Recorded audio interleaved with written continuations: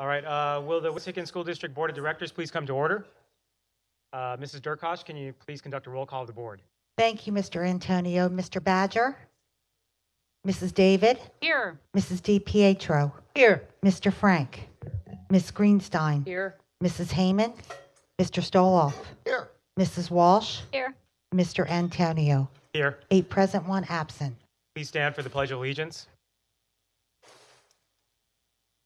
Pledge allegiance to the flag of the United States of America, to the republic for which it stands, one nation, under God, indivisible, with liberty and justice for all.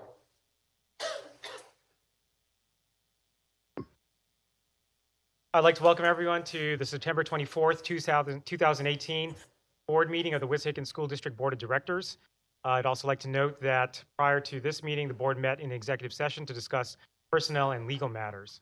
And with that, I move to the next item on our agenda, which is the administering of the oath of office to our newly appointed board member, filling the vacant seat left by Tiffany Hodgson, and that is Paul Badger. I guess I'll give it off to the judge. Oh, Judge Leonard. Hi, Susan Leonard. Mr. Badger, if you please step forward.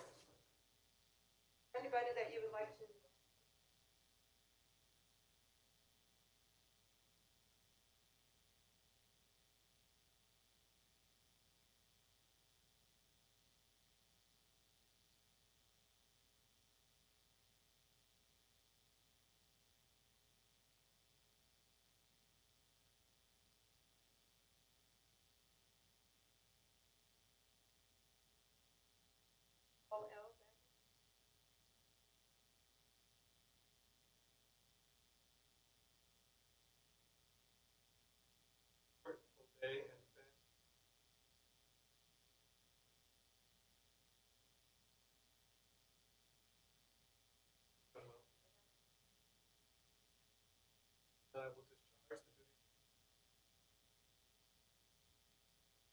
Melody.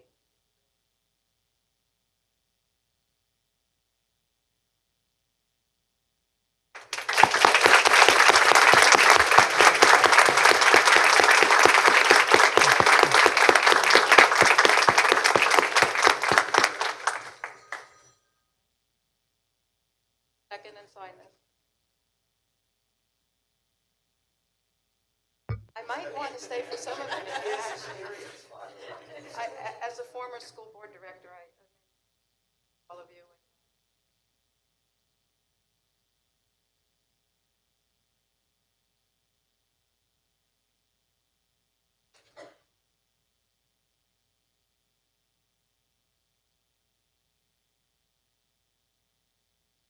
Tell me you don't do it this way.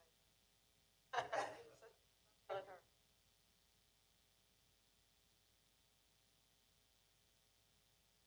Sir. Congratulations.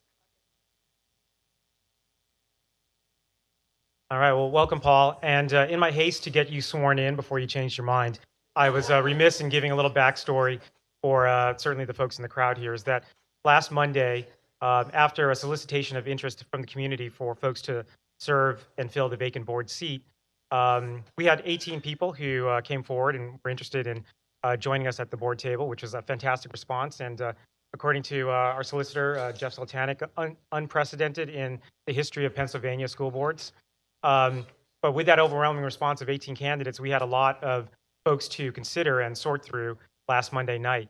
And out of that pretty rigorous and extensive process, Paul pretty quickly emerged, I think, as a favored candidate, and eventually got the majority support of the board to be appointed to the board seat.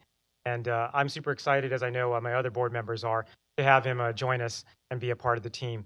One thing that was pretty interesting to me about Paul's candidacy is that he is actually a product of Wissahickon School District. He has lived in the Wissahickon School District since he was a child, and I think graduated from Wissahickon High School in, well, we won't say how long he graduated, but not super long ago, but he is a product of the Wissahickon School District. And he also, of course, lives in the district and has 2 children, one currently at Stony Creek, and I think one soon to be at Stony Creek, right? So is that correct?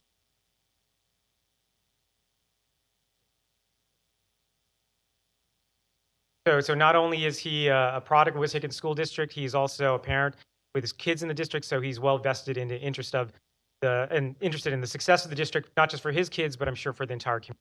So again, super excited to have Paul join us, and another round of applause for Paul.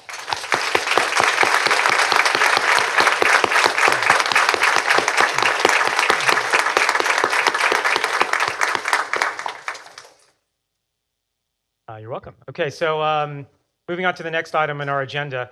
Those of you who are regular attendees to our board meetings may notice some differences to the way the agenda is structured tonight. We did a little bit shifting around. It's all the same stuff. It's just organized slightly differently in a way that we hope will streamline the execution of the meetings going forward.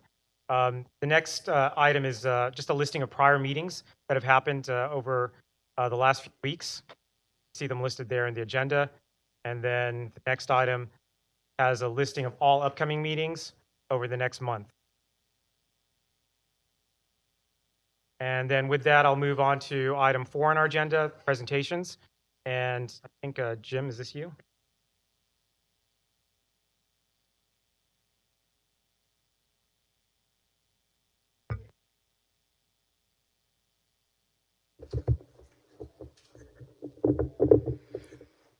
Okay, good evening. This part of the agenda, the newly reformatted agenda, takes us to where we used to have celebrations, and indeed this first item is a celebration.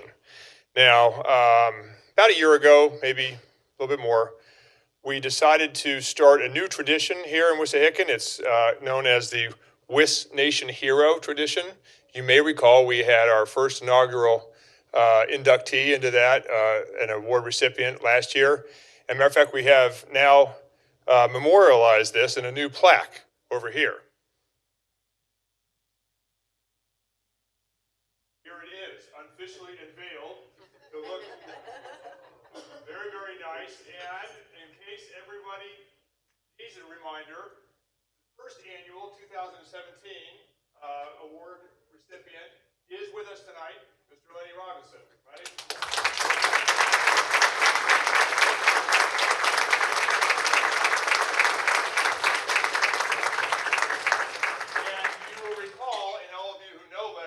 Just how much of his heart and soul he pours into our community and to the kids that his homework help program and WAC Cares program serves in Amherst.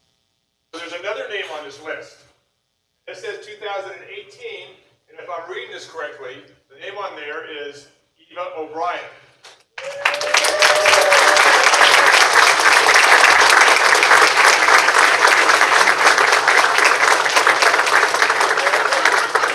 Now, truth be told, Eva was tricked into being here tonight.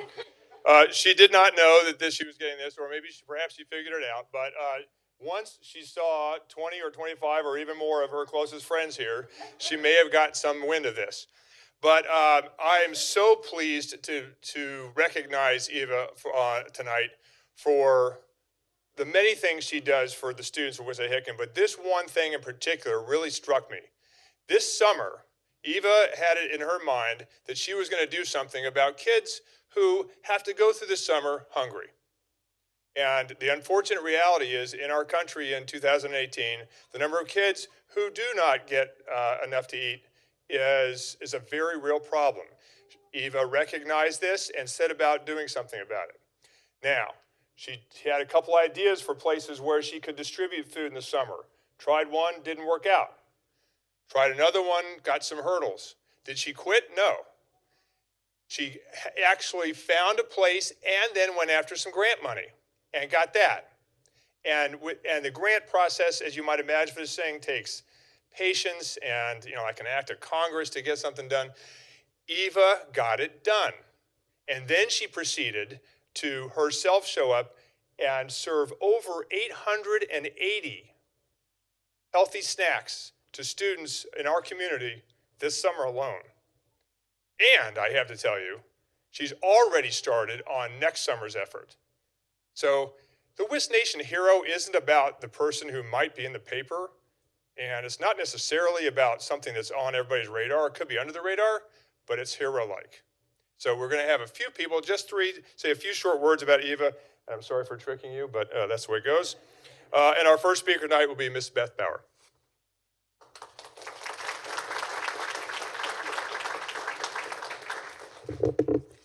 So, for those of you that don't know Eva, she is one of the kindest people that I've had the honor of working with the last 3 years. And as Dr. Crisfield said, what I wanted to say about Eva is her persistence and her perseverance, because as Dr. Crisfield mentioned, Eva had a lot of ideas early last year, and she came to me initially wanting to do a breakfast program. And she had it all lined out. We had it ready to go in our minds, in Eva's mind rather. And she hit a hurdle. Then she decided, well, that's okay. We're still going to do this. And then she tried something else. And then she wrote a grant to the home and school. And then she did something else. And then she had a local group in the community where she thought she'd be able to hold the program, and that fell through. But Eva she just didn't give up, and she knew that this is what she was going to do this year, and her kindness really went out to all of the students in Ambler, from elementary age up through high school. And I'm just so pleased to be able to work with Eva and have someone like that on my staff who cares so much about our kids. So, Eva, thank you.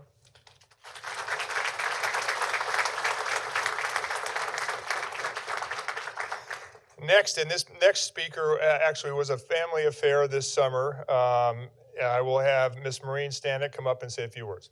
Maureen?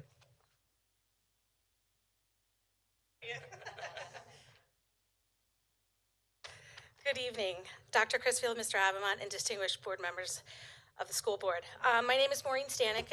Just so you know, I'm a parent in this great district. I'm also the co-president of the Wissahickon Middle School Home and School, and I also happen to work at the middle school. In these different roles, I've had the opportunity to see firsthand the amazing teachers and staff we have in this great district. My son had the pleasure of having Mrs. O'Brien in his classroom last year, so I got to see how much she dedicates herself to students and how she has such a positive impact on them. As the co-president of Home and School, I once again got to see Eva's dedication and determination.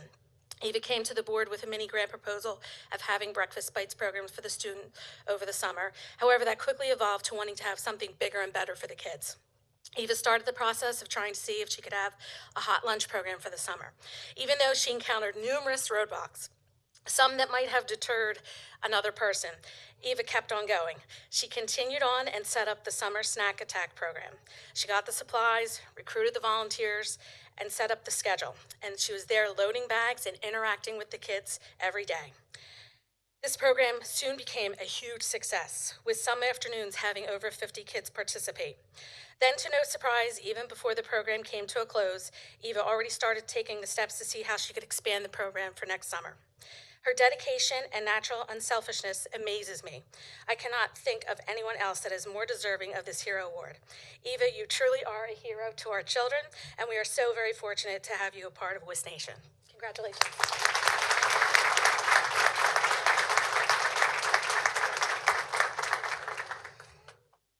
Thank you, Maureen. And our last speaker tonight will be somebody else who was intimately involved in the summer program, Miss Debbie Beardsley.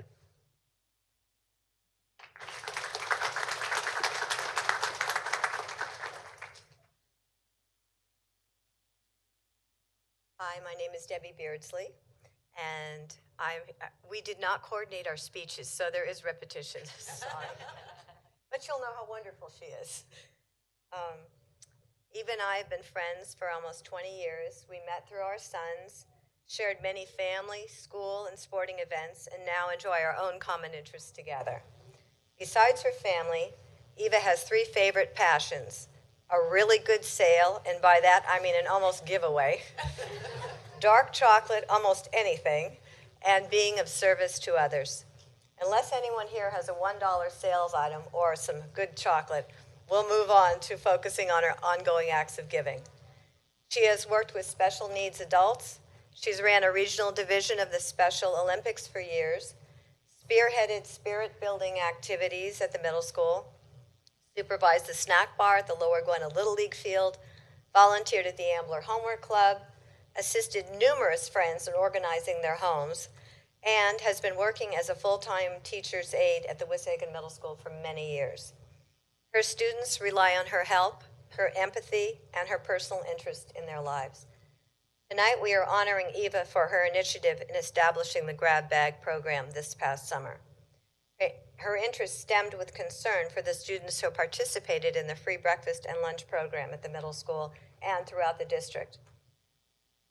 She was concerned that they had these programs during the school year but may not have these resources in the summer.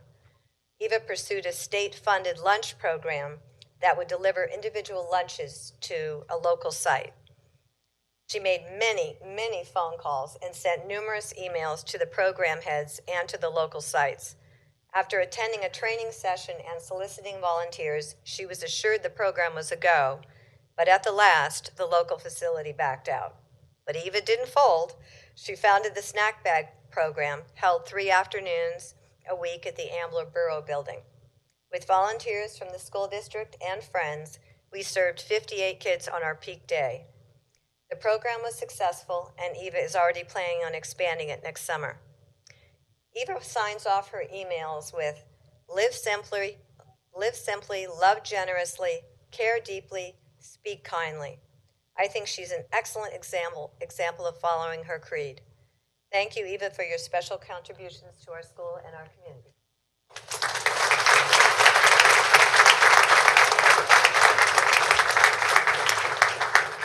Thank you, Debbie. And last year we offered Mr. Lenny an opportunity to say a few words, and he politely declined. I think he made that very clear at the beginning that that's the way that was going to happen. We'll offer the same opportunity to you, Eva. You may. Very good. Very good. Well, then I can just say that on behalf of all of us, Eva, we are so proud of you and so grateful for what you do for our children. Thank you very much.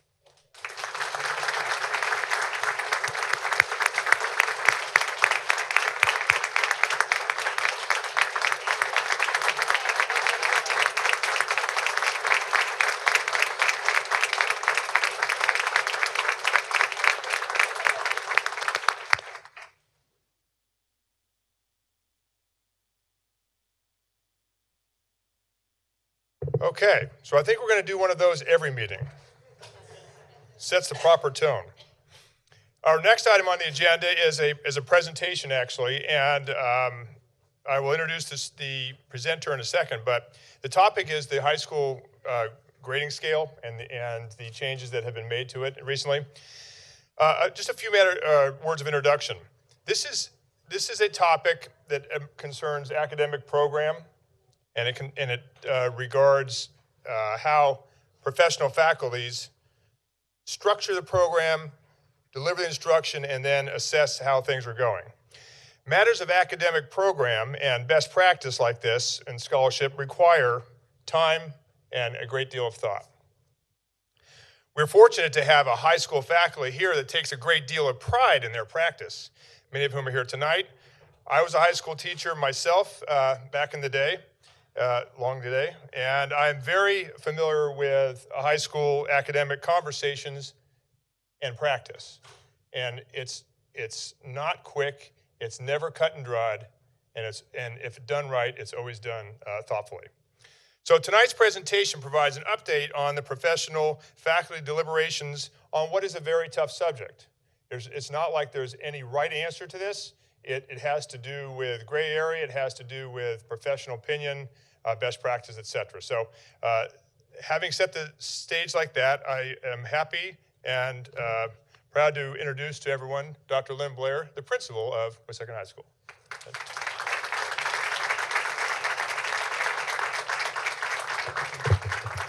Thanks, Dr. Crisfield.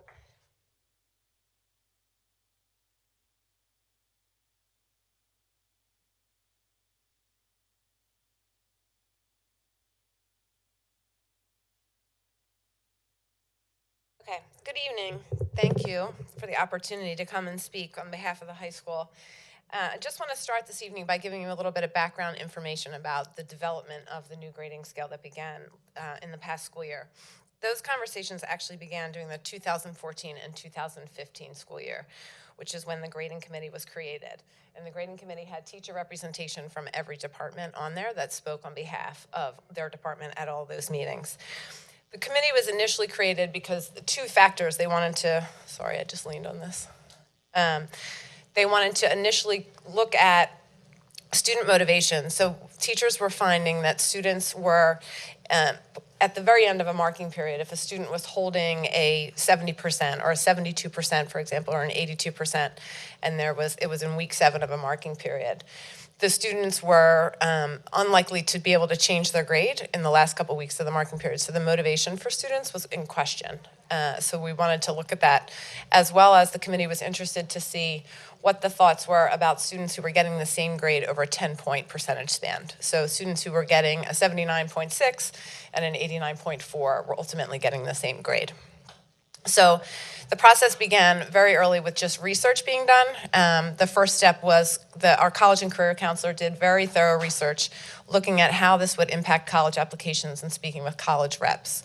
So Wissahickons fortunate enough to have college reps come to our school, hundreds of them if you ask Stacey Anderson, and she had an opportunity during that first year to sit with all of them and ask them if a plus and minus scale would impact admissions, in which case they unanimously said no, simply because GPA is a number that only means something in the building where it is. So our Wissahickon GPA only means something in Wissahickon because it's comparing students within our own building.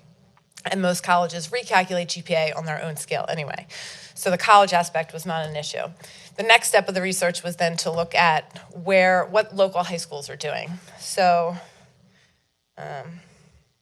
sorry.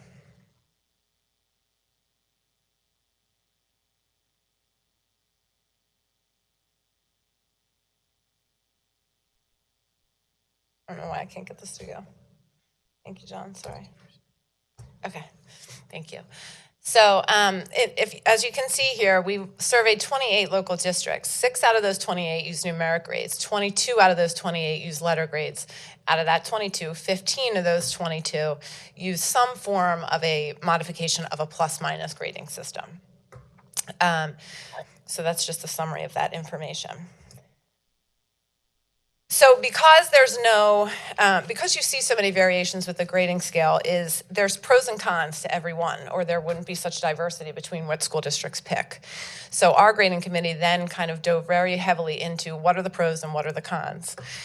So up here is a list of a summary of what the pros are. The first was that the committee found that the grades provided a more accurate representation of student performance. So because there's a breakdown between the 10 percentage points, teachers have a better understanding and students have a better understanding of how they're doing in relation to their peers. Also, the plus and minus grades provide incentive and motivate a student to work throughout the marking period and the school year. So again, that goes back to that initial concern of if a student is sitting at an 82% and it's week 7 of the marking period, if they work for the next 2 weeks and are able to get their grade to an 83%, their grade will change, their GPA will change. So it is a little bit more motivating. In addition, throughout the school year, so we were finding that students at the end of the year, when it was 4th marking period and or the final exam, they were kind of calculating what they would be able to get for the end of the year and sort of just going for that. So this provided a little bit more opportunity for motivation. The plus-minus grades also help teachers make more informed decisions about course recommendations and course placement. The plus-minus grades also establish differentiated points of performance over that 10-point range. So the teachers have found after the first year that all of those pros that we predicted were going to happen have indeed been benefits of the new scale. The grading committee isn't oblivious to the fact, though, that there's obviously cons to anything. So we recognize that the students who were holding a 90, 91, 92, an 80, 81, 82, or 70, 71, 72 were now getting an A minus, a B minus, or a C minus, respectively. And for those students who were operating under the old grading scale, that was a change, and that was obviously going to cause some concern for them. So we recognize that. But we did feel that these pros far outweighed that one con. And we have, as a high school, really put forth in the last 3 years a lot of very deliberate efforts to kind of address that stress and to keep that focus on student growth, which we think the positive or the plus-minus grading scale mirrors. So we've created our ELT program, our extended learning time, our labs, our summer academy, as well as a second chance learning philosophy, which began this year, in which every student has an opportunity to retake formative assessments multiple times to demonstrate growth. So we felt that, though that was a con of the grading scale, which we recognize, these pros were very significant, and we have things in place to address that con. We have a year's worth of data, so we only had this scale under working last year. So because the grade distribution changes from year to year, the data is difficult to look at because the data is going to change from year to year. But we do have some information. I think the most important fact, which will not change from year to year, the student grade distribution is what's going to change from year to year. The first thing on the data point, I think, is what is most critical, which is in a survey given to our teachers, 98.7% of them agree that this grading scale, they prefer the new grading scale to the old. So I'm sure many of you can imagine in a staff of 150 people, there's very few things that 98.7% agree on.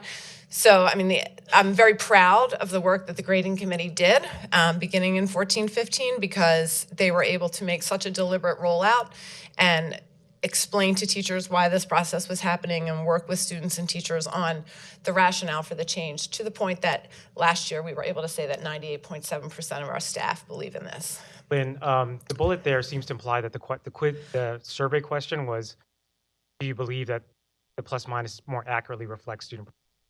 Is that the actual question, or was the question that you like grading scale? I believe both things were written in the survey question, but I would have to get back to you. I believe that's why I have them both there. I think it was like the new grading scale as defined by more accurately reflected student performance. But you can believe that the grading scale is more accurate, not like it. Definitely said liked. I know that for a fact. So those are two separate questions? No, it was one question. I believe both were listed. So it was one survey question Yes, that said you like the new grading scale and you believe it's more accurate? I believe so. I believe it said like the new grading scale as defined by more accurately reflected student performance. But again, I'm not sure. I would have to get back to you. But again, it being more accurate is not the same as liking. I believe it said like the new grading scale as defined by.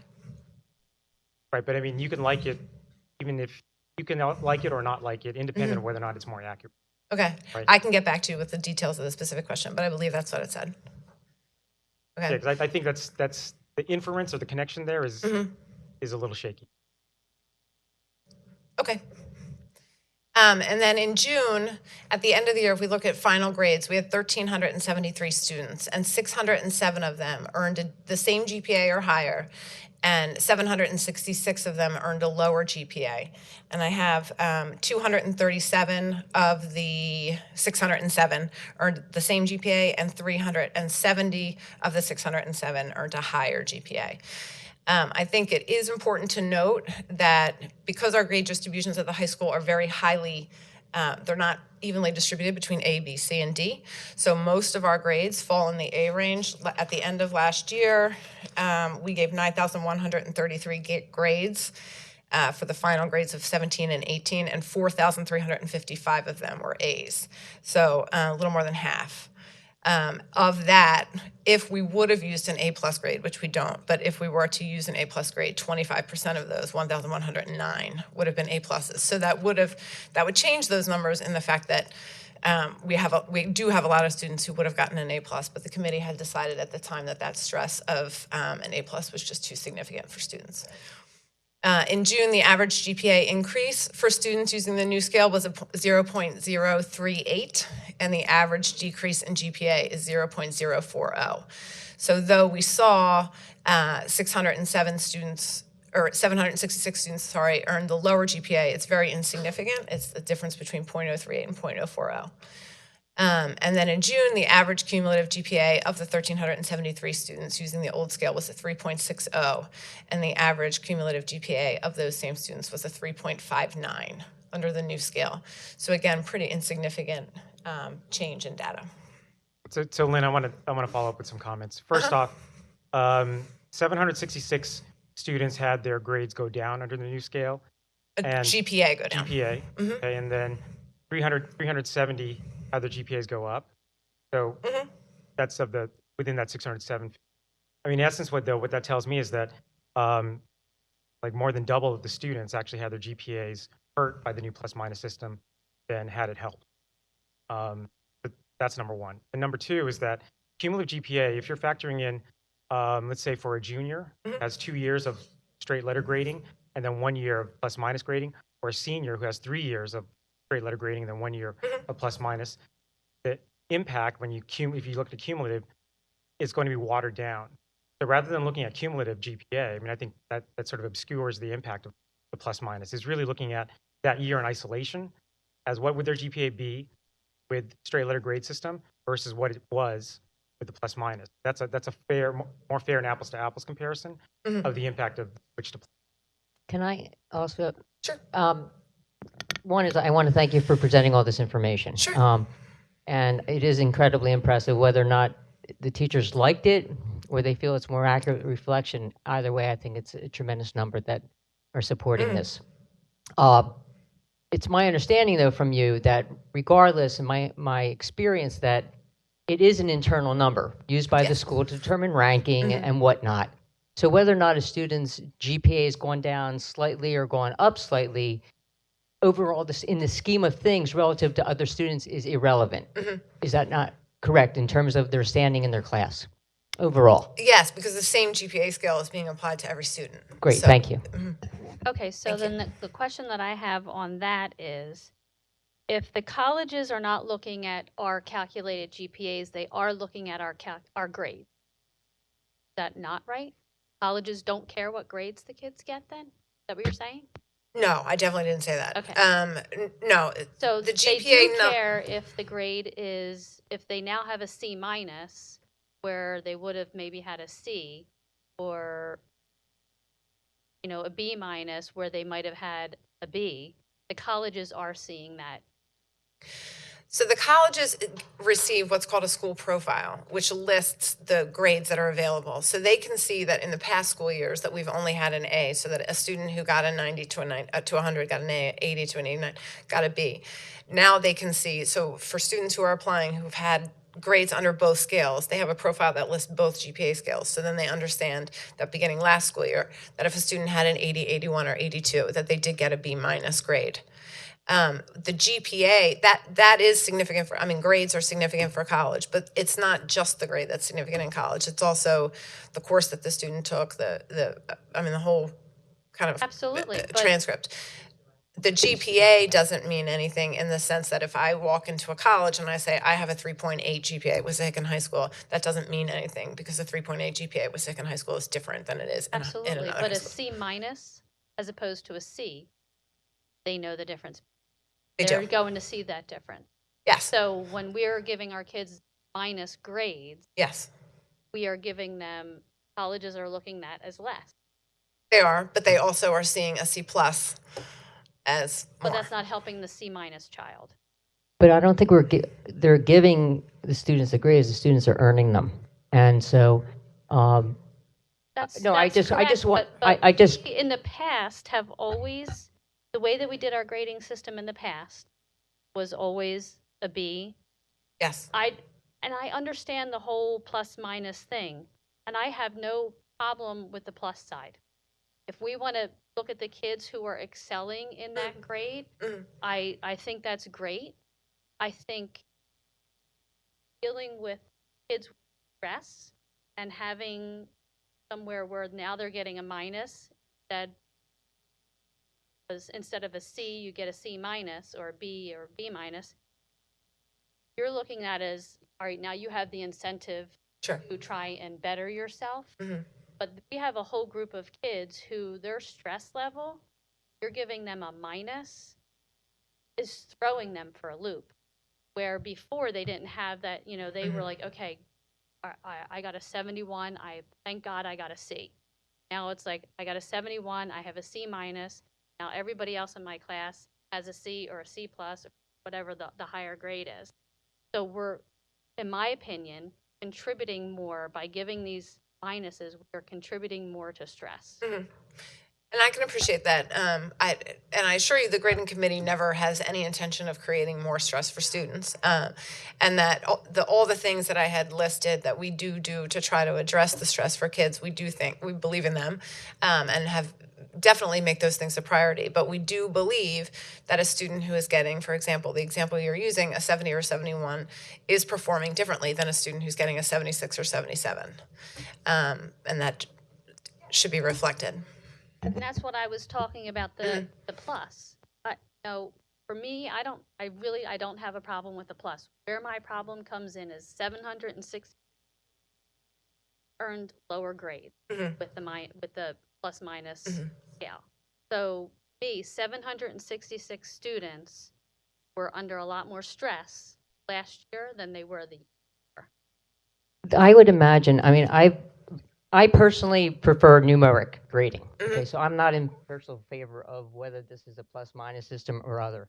I'm in favor of our not micromanaging the school. I'm in favor of us as a board looking at what Lynn is sharing in terms of the faculty support, because I imagine that the faculty and the counselors would be reporting to you, I would hope, if you're seeing an uptick in students having tremendous amounts of anxiety and that anxiety being acted out, let's say in the classroom, or students Yes. having Yeah. issues with the grading system. I imagine there's a learning curve for students, and that the first year of the transition for a lot of students, it was, remember, folks, it's the end of the year grade.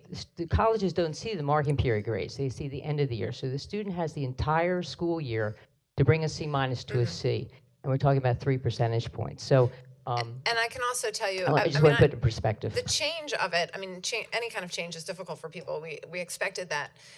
We did have students who participated on the grading committee beginning in 2014 and 15. So their role, they were involved in the discussions.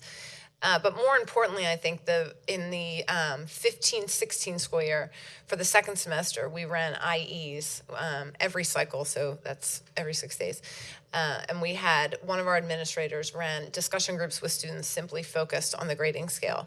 And I can tell you, I mean, in the feedback that I got from those discussions, students would come in, and a lot of students on the upper grades who had the scale that they had previously worked under, it was a change for them, and they were concerned about that if they were students who were concerned about getting a 90 or a 91 or an 80 or an 81. But then when we shared with them the rationale of, this came about because there was concerns about a student who was getting a 79.6 and an 89.4 getting the same grade, and how do you feel about that?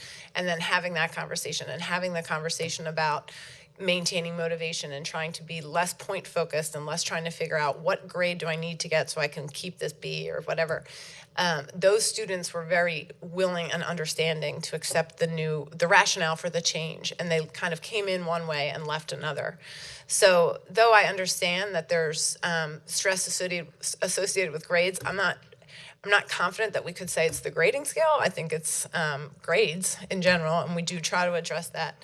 And I think the significance is not there. I mean, it's 0.038 or 0.040 increase or decrease. It's not like we're seeing some overwhelmingly significant change in those numbers. And I can tell you that was for, those are the GPA numbers, but if you look at the number of grades that we gave for students, so because it's going to change all the time. So students are not constantly going to get the same average in every class for 4 years and 4 marking periods across the board.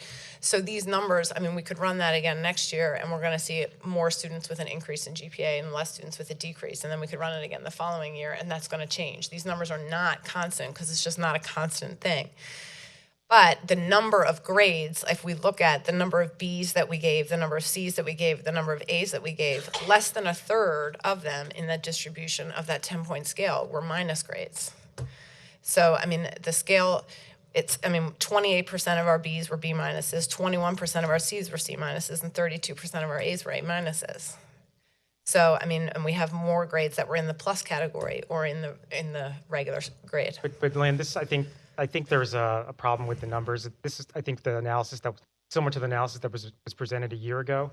The stats you quoted, I don't think takes into account that there's like way more A grades than there are B grades. It does. I've talked about that. We have 4,355 A's. Yeah, I understand that.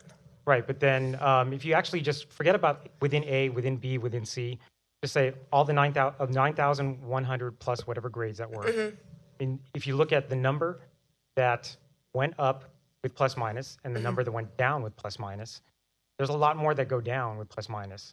Because we don't have an A plus. Exactly, right. That so, is going to be. That's, so, but I mean, so the plus minus stuff and the impact on grades, I think is debatable. Some people think it's good, some people it's bad. Maybe each year fluctuates, whatever. So let's put that aside for a minute and let's go back to the initial rationale for changing the plus minus system in the first place. Based on what you said, I mean, I sort of teased out two things. One is that with a plus minus grading system, we will increase student motivation.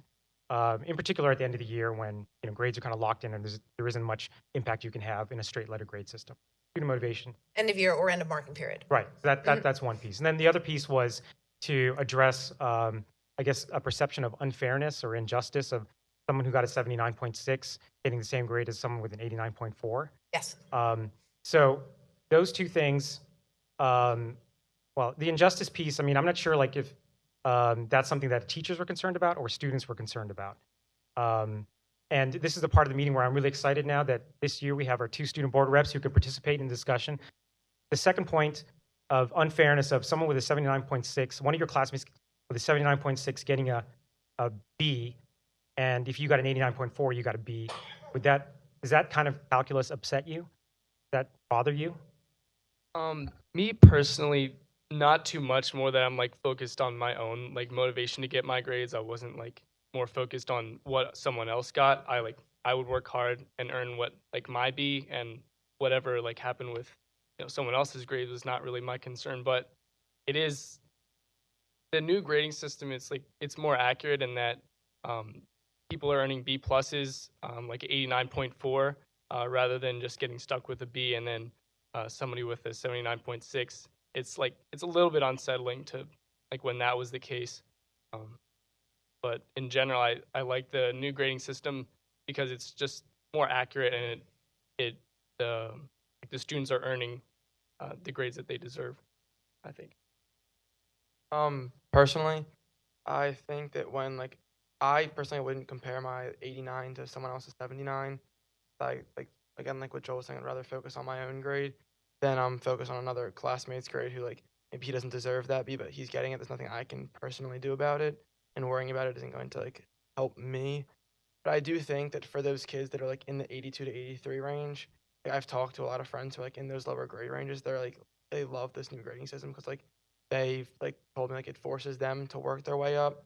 I don't know if like stress is really a component for them because like it's 2 or 3 grade points over like the course of the school year, so they're being forced to like work harder than like they would have with the old grading system. They would have been like complacent with like that 81. They would be like, all right, I'm gonna end with a B, like, and like especially with like a lot of kids now are calculating their final grades, like what they need to get on the final exam to end with that B.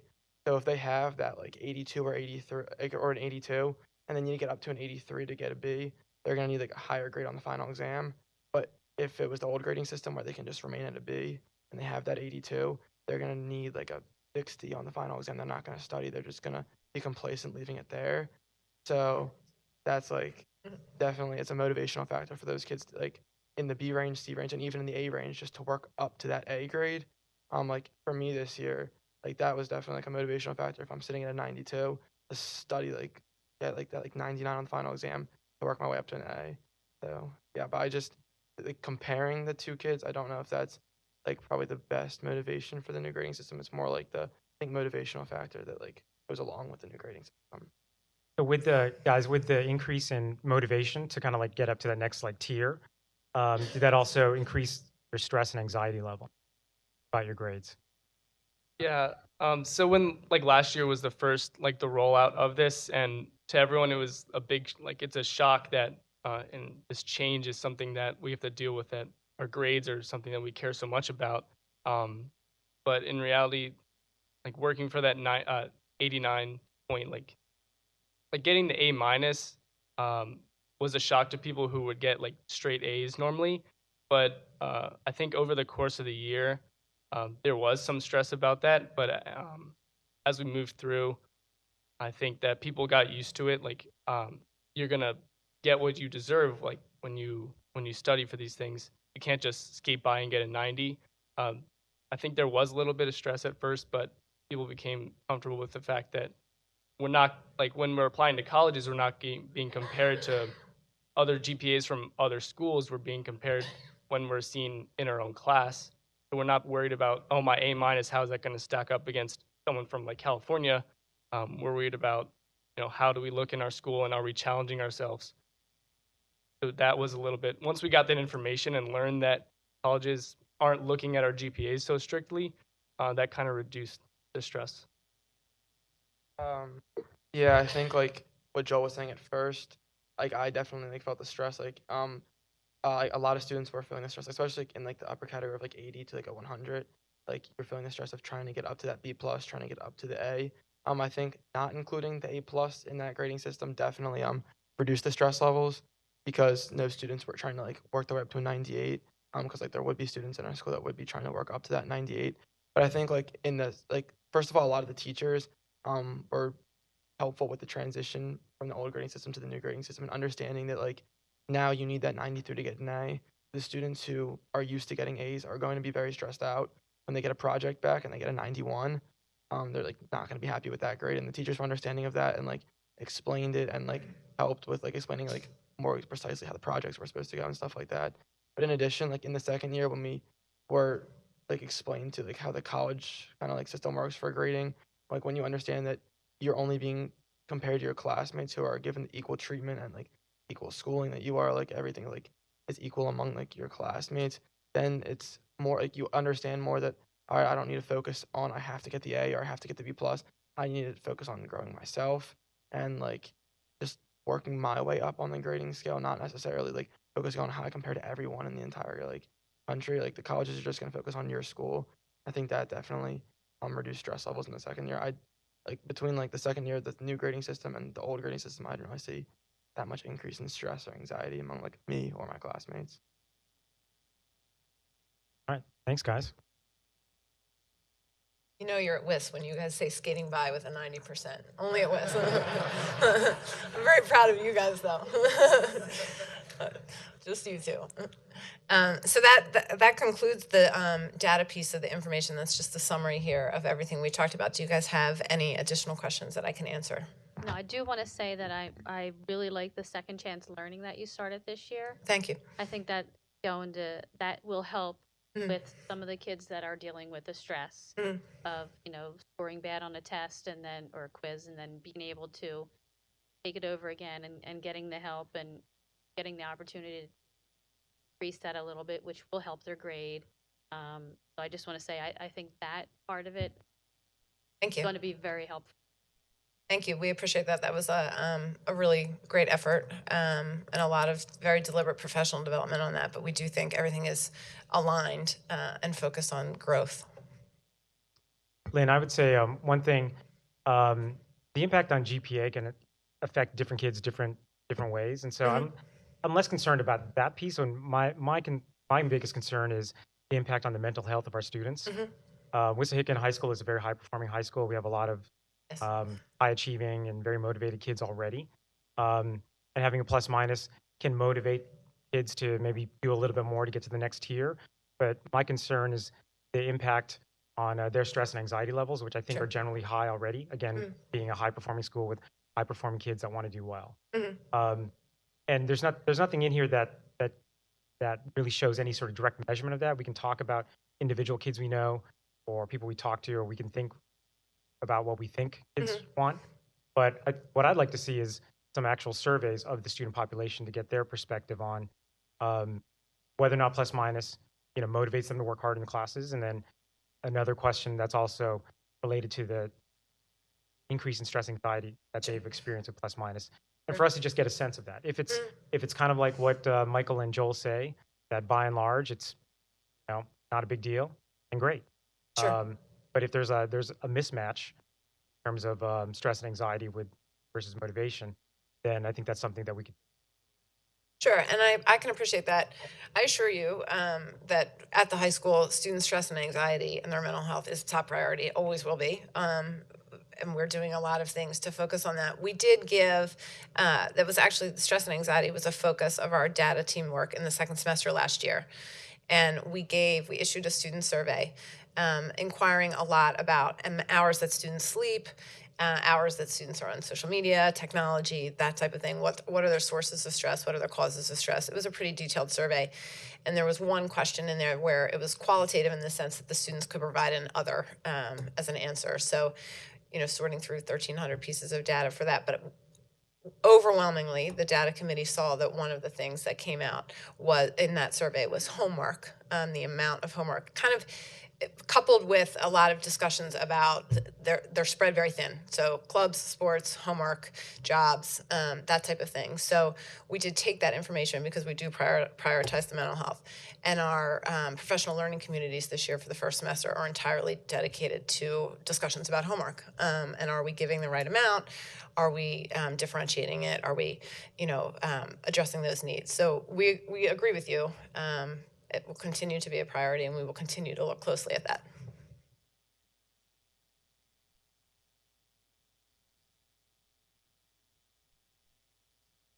Thank you. Thank you. Yeah. Right.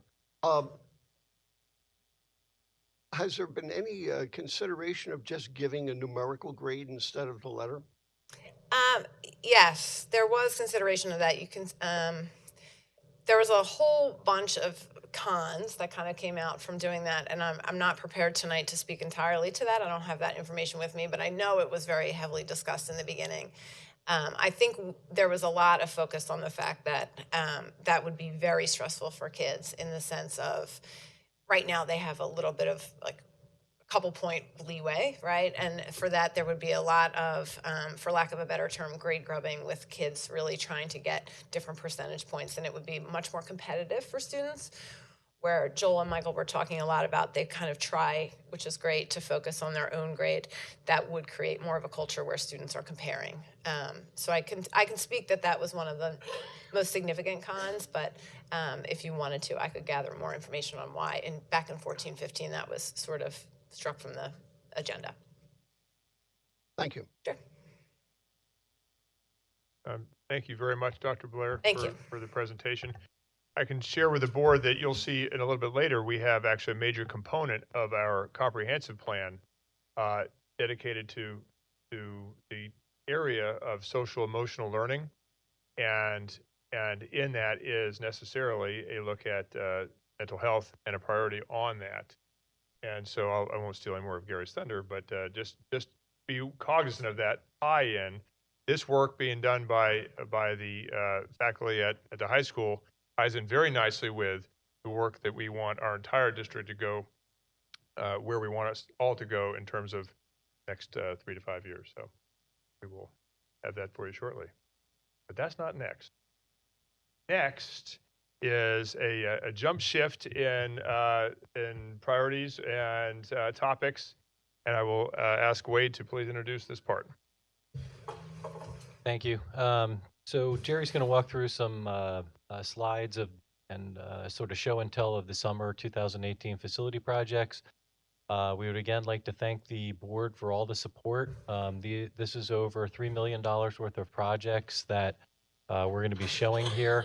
Some are eye-popping, at least to me, and some are only probably exciting to Jerry. But either way, we'll hopefully enjoy these slides with Jerry, and we're very, very appreciative to the board of all the support so that our facilities can be as good as possible for our students. So with that, Jerry, thank you. Evening. Good evening, everyone. Thank you. So we're going to start this evening with the first location, which is our high school round gymnasium lobby floor tile replacement. As you can see from the photo on the left, floor was vinyl cupping, coming loose in most locations. The new flooring product is a quartz tile. It's used in public areas, very high traffic areas. We really liked it because it mimicked the terrazzo floor that was in the natatorium lobby, and it gave us the opportunity to blend those colors. And if you look at the arc that's there on the picture on the right, that gray area, that arc continues into the natatorium lobby, so it kind of makes it look like it blends all the way through. Then the color combinations on the walls and the pillars there also just kind of ties everything in. I like the one on the left better. Well, Not I at all. don't. That's one of the ones that kind of bothers me. So, okay. Our next project, our high school round gymnasium floor. This was a synthetic rubber floor. Many of you know it's been down there for quite a while. It's really lost its playability. Had some bubbles that were appearing here and there, and just the traction that the athletes had, it was pretty much gone. So now we have a new wood floor. It's a great project. So now we're able to do that because of the natatorium work that we did. We're able to take care of the moisture problems that we had in that facility and get our wood floor. This is a scissor lock product. It has exceptional rebound. It has and grip. I was just actually up at the high school earlier today. I ran into Coach Wilson. He was telling me about his basketball players, how they love it. It's great on the knees. It's great on the ankles. The grip they had was fantastic. The volleyball team is using it now. I talked to Mr. Cairns. Mr. Cairns told me all about how the girls team loves it also. Just gives them, they play mostly on wooden floors, so the practice area that they had, the game advantages that they have working on a wood floor. Plus, it just looks really cool. So, okay. Next is our high school fab lab. It's a photo of the older lab, just basically previous shop area. There's this room that was in the center, and move on to our new lab. Now, of course, not completed yet. This is about a few days ago. I think it was Thursday I took these photos. Photo on the left is the new engineering lab. It has 6 workstations. There's some more air lines and electric lines that are actually being installed now. There's benchtop work areas in the middle, and there's also workstations along the edges. The photo to the right is the manufacturing lab. You can see all the workspaces there, the dust collection system for each piece of equipment that's in there, table saw, lathes, planers, drill presses, belt sanders, disc sanders, all the tools that they're going to need to manufacture different things. The rear area in the back, it's kind of hard to see in this photo, but the far corner is where plasma cutter will be, welding stations also. It's great quality equipment, great for instruction to our students. Any questions? No. Okay, moving on. Excuse me. Sure. One question about the plasma device and the laser cutter. Mm-hmm. Someone expressed some concern as to the off-gassing and whether the students would be exposed to anything. How is that being handled? There's a ventilation system in the room that's centered right over top of the equipment. Any exhaust from the equipment itself will be transferred right to the exterior of the building. And it just goes where? To the atmosphere. Outside? Yes. It's not filtered or anything else? It's just... No, it's... out. Okay, thank you. Okay, next photo is our high school HVAC automatic temperature control upgrade. This is a system that an upgrade that we've done throughout the district. The platform that we had was, on the left, was basically antiquated. Couldn't find parts for it anymore. It was not supported by the vendor anymore.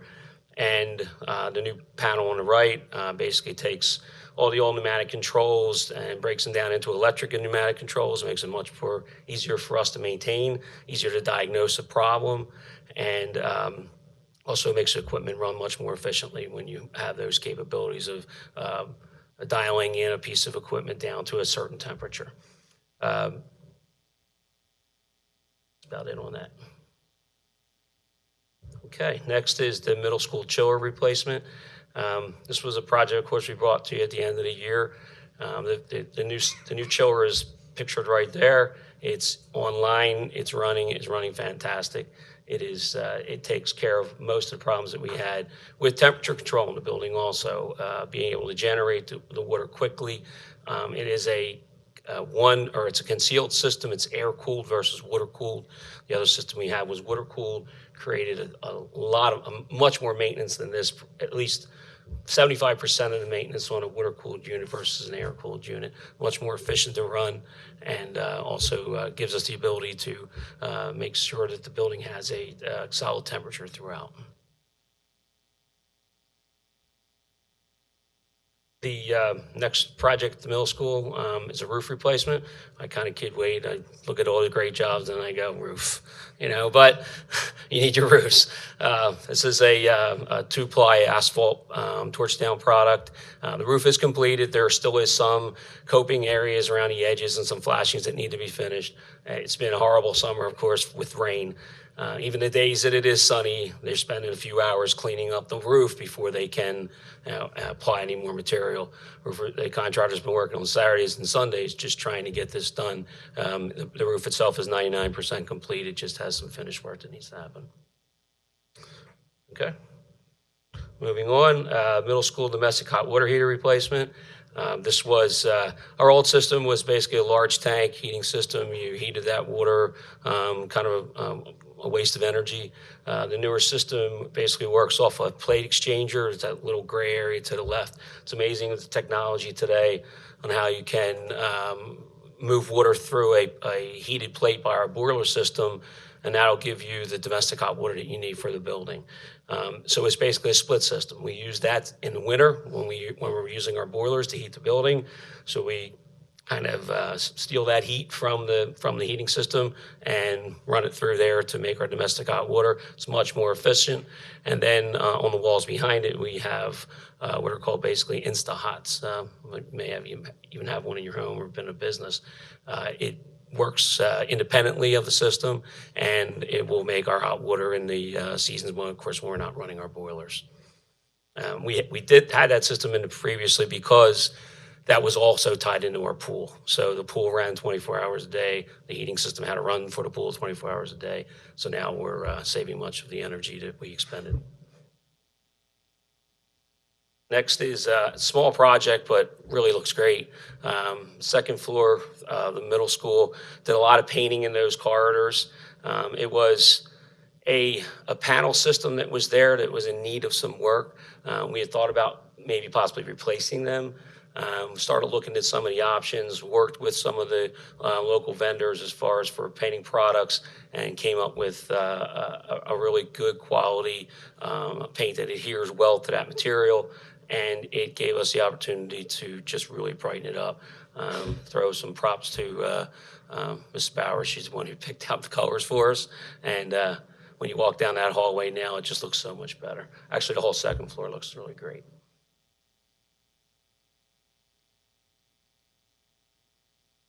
Next, our Shady Grove secure vestibule.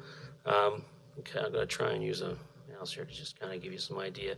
So if you're in the lobby looking out towards the area itself, these are the exterior doors over here on the right. If you're coming into the building, you'll be checked in. In this area, upper left-hand corner, is a secure window. That actually was in place before. You come in, you get checked in through Raptor, your clearances, everything you need to do. Then you can move into the office area and either go to your appointment or wait and see the principal, whatever you have going on. If you're just dropping off lunch that somebody missed or whatever, or a book bag that forgot in the morning, the parents can come in and they can drop it off. Actually, up in another left-hand corner photo. In this area here, they have some benches there. So really don't even have to come in. Just kind of come into the secure vestibule, drop off your things, and then the staff will make sure that it goes where it needs to get, or the student needs to get to. But it's very similar. It's exactly how the high school and the middle school has it. Actually, all our elementary schools are also keeping that format as far as dropping things off in the vestibule. Their vestibules are much different. That's actually what we're working on for next year, updating the other three schools. Questions? No. Okay, Stony Creek Elementary School's modular classroom. We received one of the temporary CO on Friday, and the state will be coming through on Wednesday to give us our full CO, and then we'll be ready to use it. We're going to start moving things in and have it up and running for next Monday. Okay. I just have to say that when I first saw this picture, I couldn't believe that left-hand side was the inside of a modular unit. Yeah. I mean, it almost looks like the lobby to the ground gym right now. Yeah. They're great spaces. Actually, the room to the left is, or the upper room is the room to the right. The lower room is one to the left. There's a set of doors between the two, double doors. So if we decide to use it all as one space, we just open up the doors, and now you have a joint space. You can keep it separate or together. Okay. installations that are still being scheduled. High school round gym roof coating. Again, we've been fighting the weather. Contractors really been tried hard. We've a few times had it already set to go, and you need a time frame to let that material dry on the roof because, of course, it's a lastmatic coating, and it just the weather has always, in one way or other, just canceled the project. But we will get that done shortly. And the Stony Creek emergency generator replacement, that also, that generator was scheduled to come in August. It didn't arrive until late August after school started. So we need to schedule this when we have a few day window that we can shut the power down and swap it out. And we also, the final is our district security camera main office monitor installation. So basically on the left is a standard outdoor camera, an indoor camera. We've installed 29 additional cameras to the system that we have now. The monitor on the right, there's one in each elementary school in the main office.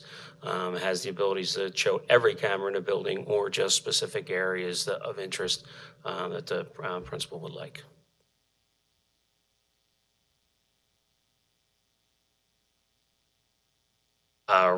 Good question. I'm not really sure. I could get that information for you. What resolution are the cameras? I hadn't pressed the button. To be honest, I'm not sure. I'd have to get that information for you.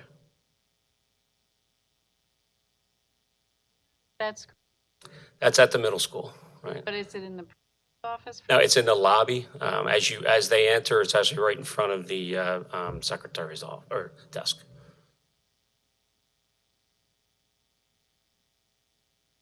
Okay. Okay, that's it. Thank you. Thanks, Jerry. So just recapping again, thank you to the board. We're very, very appreciative of it as well that the board has supported us in hiring the professionals that we have recommended. And between the professionals work setting up these projects, Jerry setting up these projects, and then Jerry working through with these contractors over the summer. There are some years that we actually go without any change orders. This year, thus far, we're not out of the woods, but we had one change order for $990 out of $3 million worth of projects. So again, we're very fortunate to work with very good professionals. Jerry is obviously excellent at what he does, and we appreciate the board's support. Thank you. Thank you. Okay, and last but certainly not least, we have our fourth presentation and final, which would be just some highlights of the comprehensive plan that will cover the years 2019 through 2022. So, Mr. Edmont, it's yours. Yeah.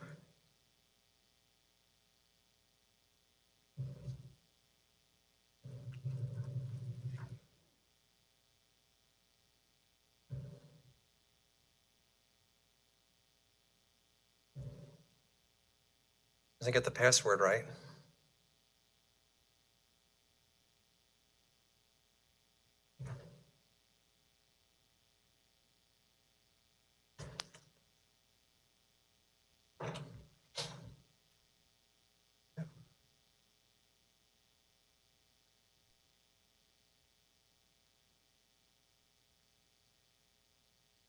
All right, well, thank you very much. And first of all, before I begin this presentation, I do want to say that I've always been very respectful of the work of Jerry and his team. I'll tell you, when I have occasion to visit so many schools and districts in our area and beyond, and I always take note of the condition of the buildings when you walk in. It sets the scene for what's going to happen in that building. I've always thought that the environment is one of respect, and it shows that there's respectful work that's going to happen in that community, that learning community. And I will say that Wissahickon takes very good care of its facilities. They show beautifully, not only on day one, they're spectacular on day one, but throughout the year, they're always shown, they show beautifully. And I say, I've always appreciated Jerry and the work of his team, and keeping those buildings looking as beautiful as they are.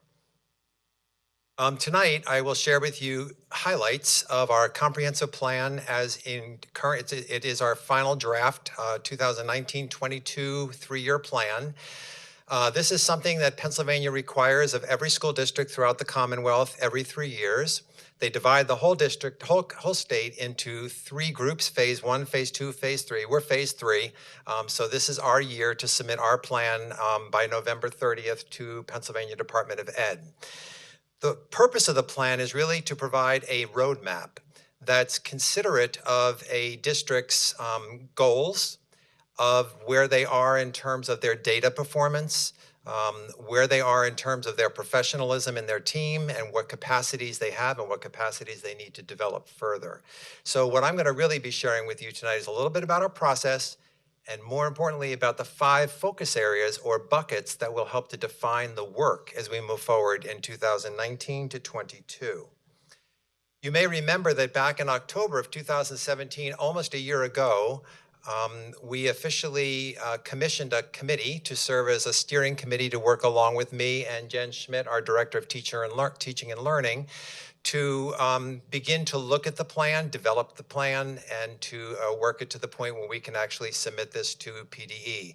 And the committee was representative of administration. It had high school, middle, and elementary teachers and faculty and specialists. And we had 2 parent reps, 2 community reps, and 2 business reps who also served alongside our group. The team worked over the course of last school year. There were 5 extended meetings that the team met after school, early evening, and began the work working together. The committee guided the process. They also had input into the content. But every single meeting we had, we sent questions and feelers back to every building through the principal to make sure that our faculty and our staff was getting input into the process. So whatever we were looking at, whether it was our vision, our mission, or the areas of need, our faculty and administration out in the buildings was giving us more feedback along the way. So it's the result of a lot of minds, a lot of hands in this process beyond this committee, but this certainly was our steering committee that sort of guided the process overall.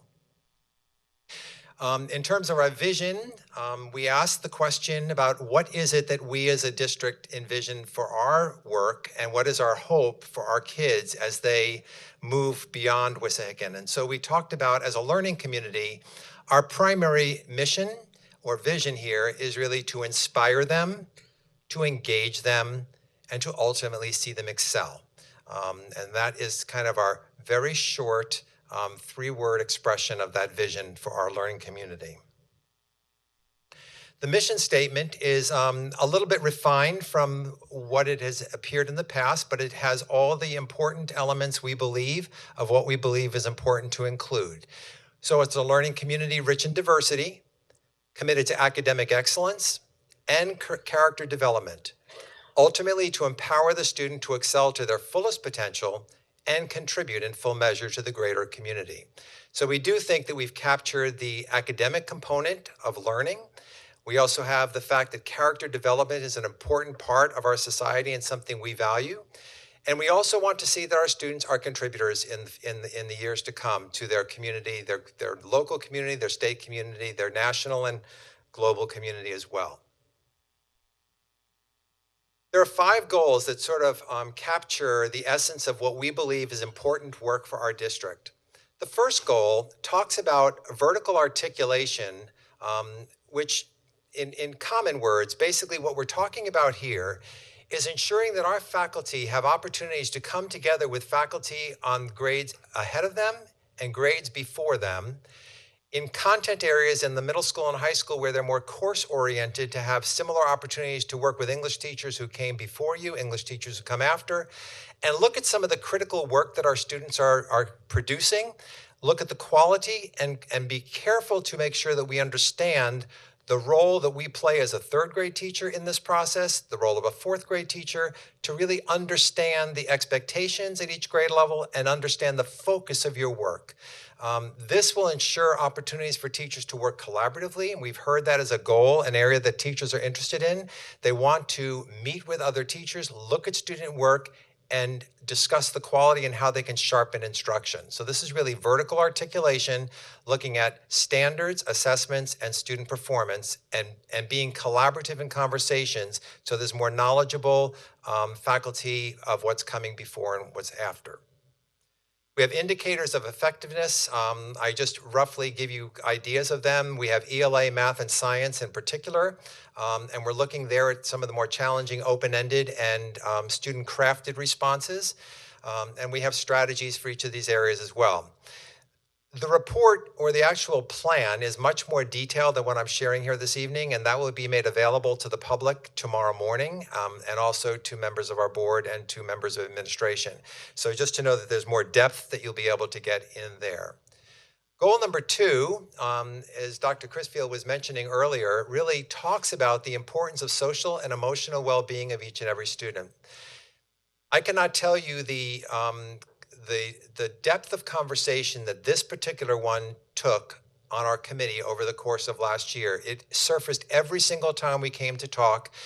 There's a lot of focus on mental health today, social and emotional well-being, and being thoughtful not just about the students who may have interventions that are very targeted, but looking at our overall student population and exactly how can we ensure that our kids are enjoying a well-balanced, healthy learning experience, and supporting them in that process.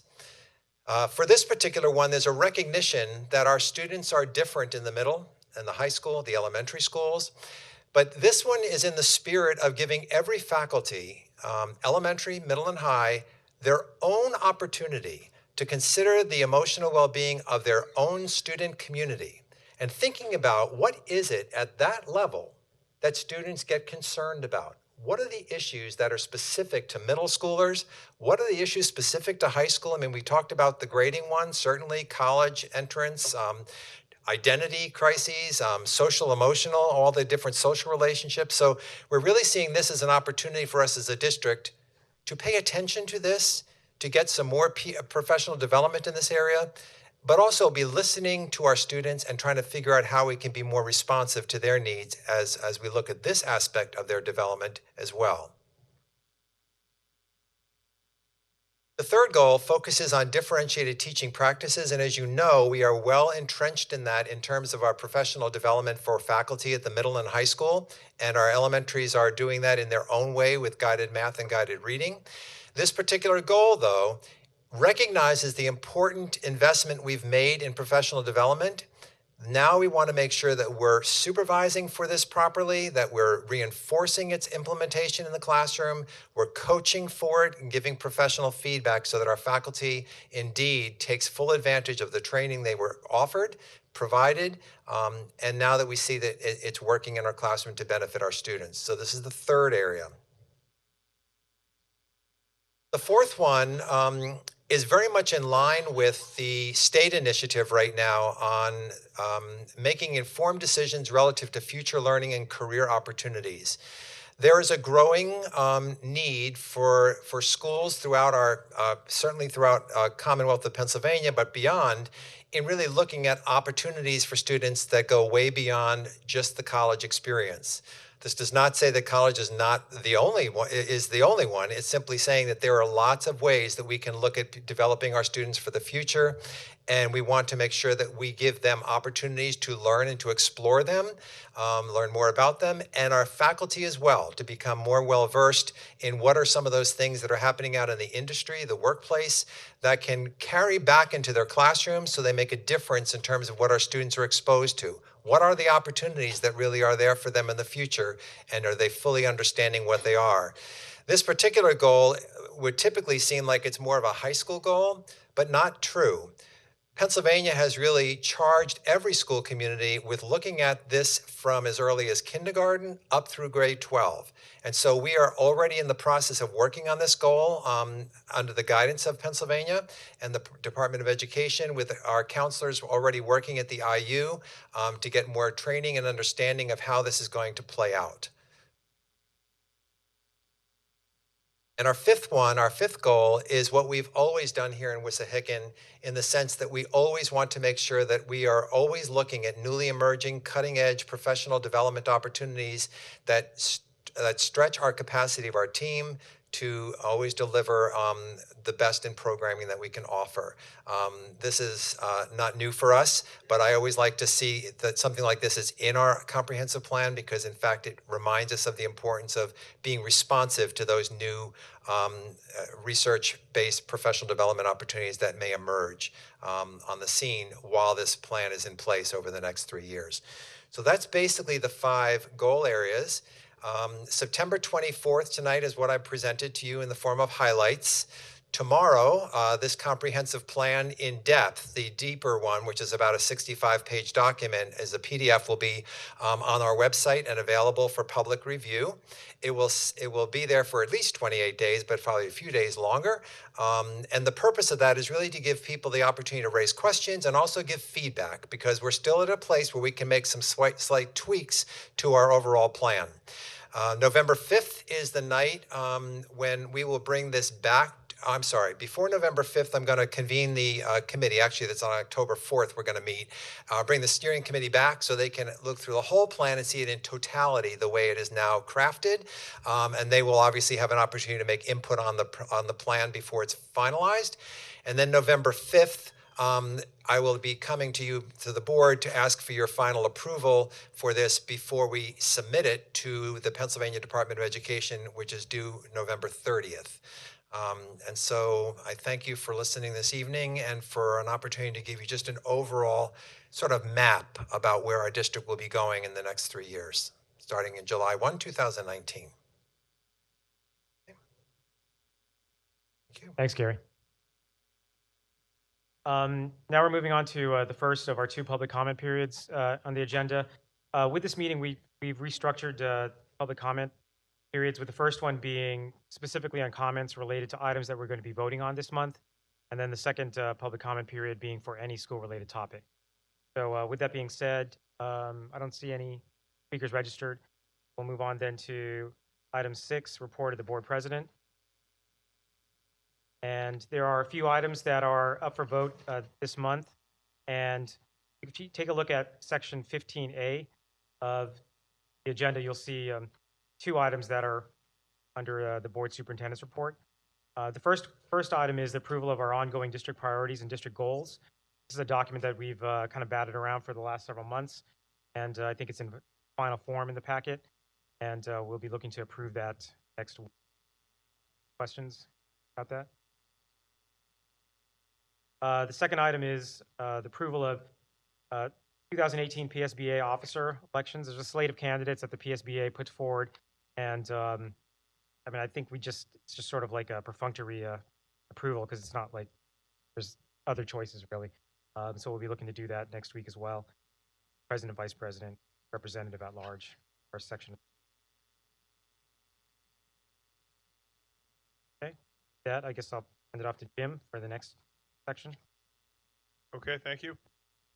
Very briefly, my informational item is the opening of school update, which with regard to enrollment. And all heads are counted and all records are scrubbed, and we have a grand total of 4,742 students. That's 4,742, which is plus 20 of our residents who go to charter school. So to just put a little bit of that in perspective, that's up 275 students over the last 3 years, which is an average of over 90 more every year. And perhaps particularly acute is the area of kindergarten, where just as recently as 2015, we had a class of 289 kindergartens.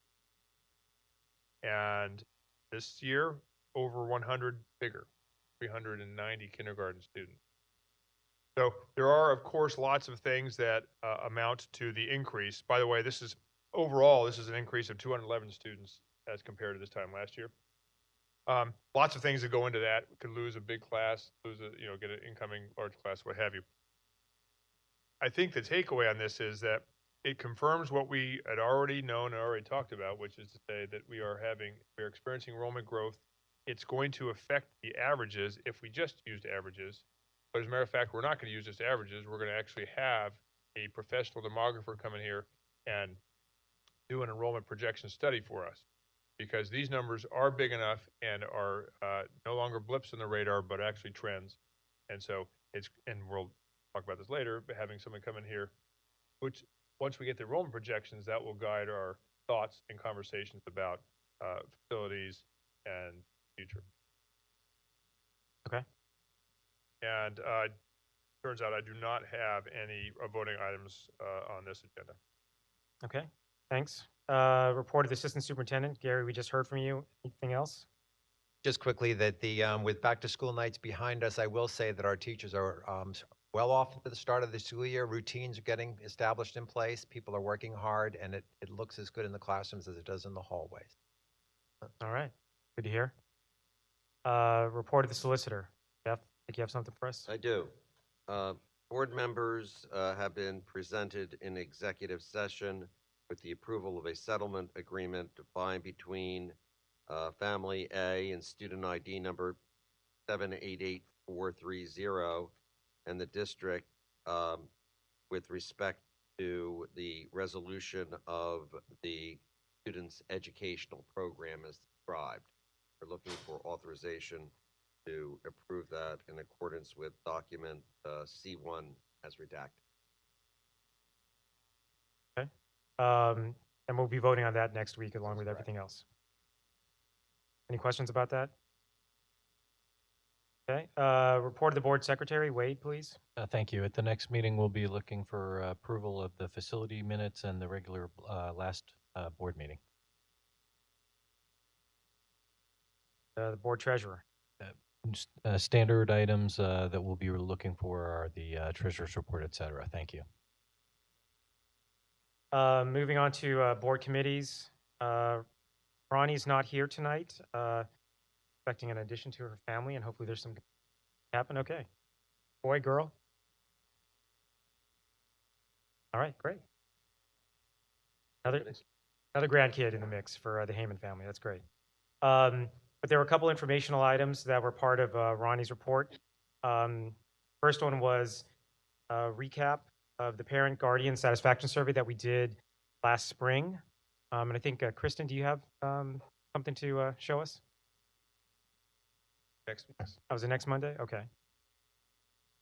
And then calendar survey, is that also going to be next Monday?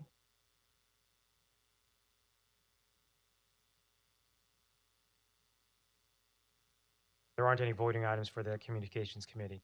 So moving on to curriculum and technology, Ron?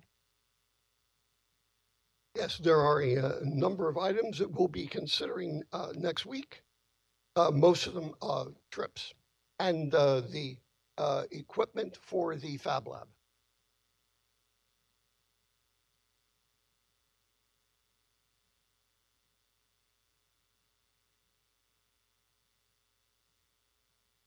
Oh, let me add, one of those trips or two of those trips are for our fantastic robotics club.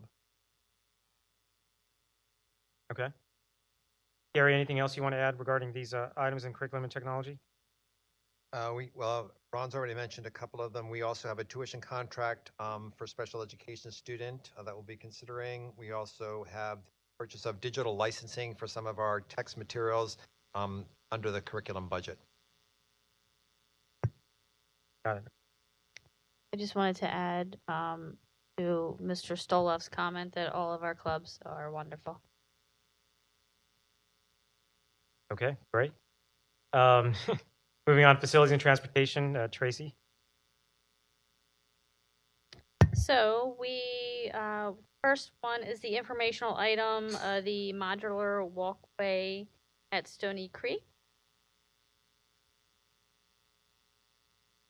Handing that over to Wade. Yes. So the board had requested that we obtain pricing for a couple different options. One is more of a canvas product. One is more aluminum. The aluminum product would be approximately $100,000, and the canvas would be approximately $75,000. Each will take approximately 3 to 4 months to be installed. They will cover nearly the entire area between Stony Creek building and the modular, as we saw in the picture earlier tonight. And so that's the pricing as requested by the board. Can I make a comment on that? Uh, I think I was the troublemaker who asked for this, and I've had conflicting views expressed to me. One was someone who worked in a school with modular buildings outside, and he said when the students come back after a class in a rainstorm, the parents will not be very happy, the students will not be happy, and neither will anyone in the class who has to smell wet clothes for on a winter day. But then, but some other people have expressed the idea that it's only a very short distance. But when you have 28 students who have to go to the bathroom at various levels of intensity, and you have to have an aide go with them, I would lean towards the idea that we probably will want to, after we see how this works out, to seriously consider at least a canvas cover. At least that's my viewpoint at this point. I may be completely wrong, and it wouldn't be the first time. I just think, and I'm glad you got these estimates, and we'll see. Thank you. I can add that the difference here is that all 28 won't need to go because it's a encore. So perhaps on a given class, one might or not. The distance from the door of the modular to the door of the school is about the same, or maybe even a bit less than the distance from the school bus door to this door of the school. So they're going to walk this every day anyway, this amount of time out in the elements. Given the input from the interim principal, Dr. McEnany, his thoughts, given our collective thoughts on how the aid will be used, the administration is certainly not recommending this expenditure, but I think it's good to have in terms of just a data point. And another thing to think about too is if this was something that, if this modular unit is something that we're hopefully going to have for a year, maybe a little bit longer, but hopefully that's our goal. 3 to 4 months to get a canvas walkway cover is 1/3 of the time through to invest that money. So I guess it's something that we'll have to look at and see. By the time we got it, there would the swing timing and- just doesn't work. We were hoping to be able to rent it and have it be much more quickly installed, but neither of those hopes panned out. So the estimates were provided for both versions, the aluminum at 100K and the canvas walkway at 75K. So what I'm hearing is that we got these estimates basically at the request of the Stony Creek community to find out what ballpark it would cost to provide a covered walkway to modular. And based on the information you found, you guys are not recommending either option for us for spending. Is that correct? Have we had any feedback about how it's working out without a cover? Actually, it will start working out nicely on Monday. It starts Monday, October 1st. And the Stony Creek community will be getting a communication from the new interim principal there to that effect sometime later this week. And you know what's great? As of tonight, we have someone who actually is on the Stony Creek, in the Stony Creek community directly on our board. So maybe, Paul, you can give us some on-the-ground intelligence on how it's working out in the next week or so. So far, I'll just express that there has been a relatively high level of angst amongst parents, just not with the unknown is the issue. They're just not quite sure how this is going to work out and what it's going to entail for students. But hopefully things will work smoothly and we'll transition into a better situation. Thanks. Yes, and I would also emphasize that this is not a completely closed walkway. This is just a cover, so that It would not be heated, would not be covered on the sides. It would just stop rain that chose very advantageously to fall vertically from the sky. If it is wind driven, it's never mind. I would just argue that maybe 28 umbrellas would be our least expensive option. Okay. And there are no voting items. Thank you. All right, thanks. Moving on to the Finance Committee. David, Frank? Thank you, Mr. Antonio. The Finance Committee has one informational item regarding Wissahickon Valley Public Library financing needs. We also have half a dozen voting items to review, and agenda item 15I. I would ask Mr. Coleman if he could comment on any or all of those. Thank you very much. Why don't we do the voting items first? So there may be less dialogue on those. The first is a settlement for an assessment appeal. The second is food service equipment. We're very excited to bring forward improvements for the food service program. The food service program is going to be showing another profit this next year, and we will be able to absorb the cost depreciated over a 5-year time frame without any problem, and we're excited to bring those forward. Winter sports supply is provided for the board. One of the big items are the girls and boys basketball uniforms, and I think it's also ring wrestling singlets that are also included in there, as are other winter sports supplies. The Decision Insight proposal is a 5-year proposal at approximately $8,265, and that will provide the enrollment projections that we discussed earlier. And we are recommending getting going on that. The financial reports are provided, as are the list of payments. The informational item, there was discussion earlier. Hey, wait, before you move to the informational item, I just want to make a comment about Decision Insight, is that the contract doesn't just include enrollment projections, that's one component of it, but it also includes essentially a platform, a web-based platform that will allow us to do boundary analysis, take a look at different scenarios of, like, if we changed your patterns for some schools, what's the impact in terms of students, in terms of numbers of students who would be impacted and all that stuff. And to me, I think that's probably the more valuable piece of it, as opposed to just projections. A lot of projections that added scenario planning, I think, more powerful than a lot of the other options out there. Agreed, and thank you. Okay. The informational item, please. Thank you. So the Wissahickon Valley Public Library had requested that we consider options for helping them obtain funds for a renovation project for the Ambler site that they have. And we did a quick analysis of some of the pros and cons of 2 different methods. And the first item that we have to, the board really needs to provide, and we can have a discussion about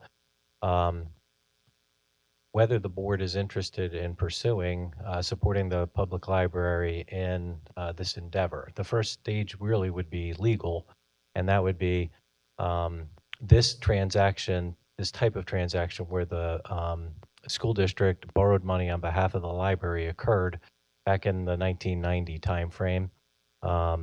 And we know that it was legal at that point in time, but we would need to update all of those legal discussions with our current solicitor. The library has offered to pay for those, any and all of those bills, but that would be something that we would need to get started on to figure out whether or not it would be legal. Assuming that it is legal, the board would then have to decide whether they're interested in pursuing the financing option. There would probably be a couple different options for the financing. Currently, they had received sort of a quick and dirty estimate from a bank of a 4.75% interest loan.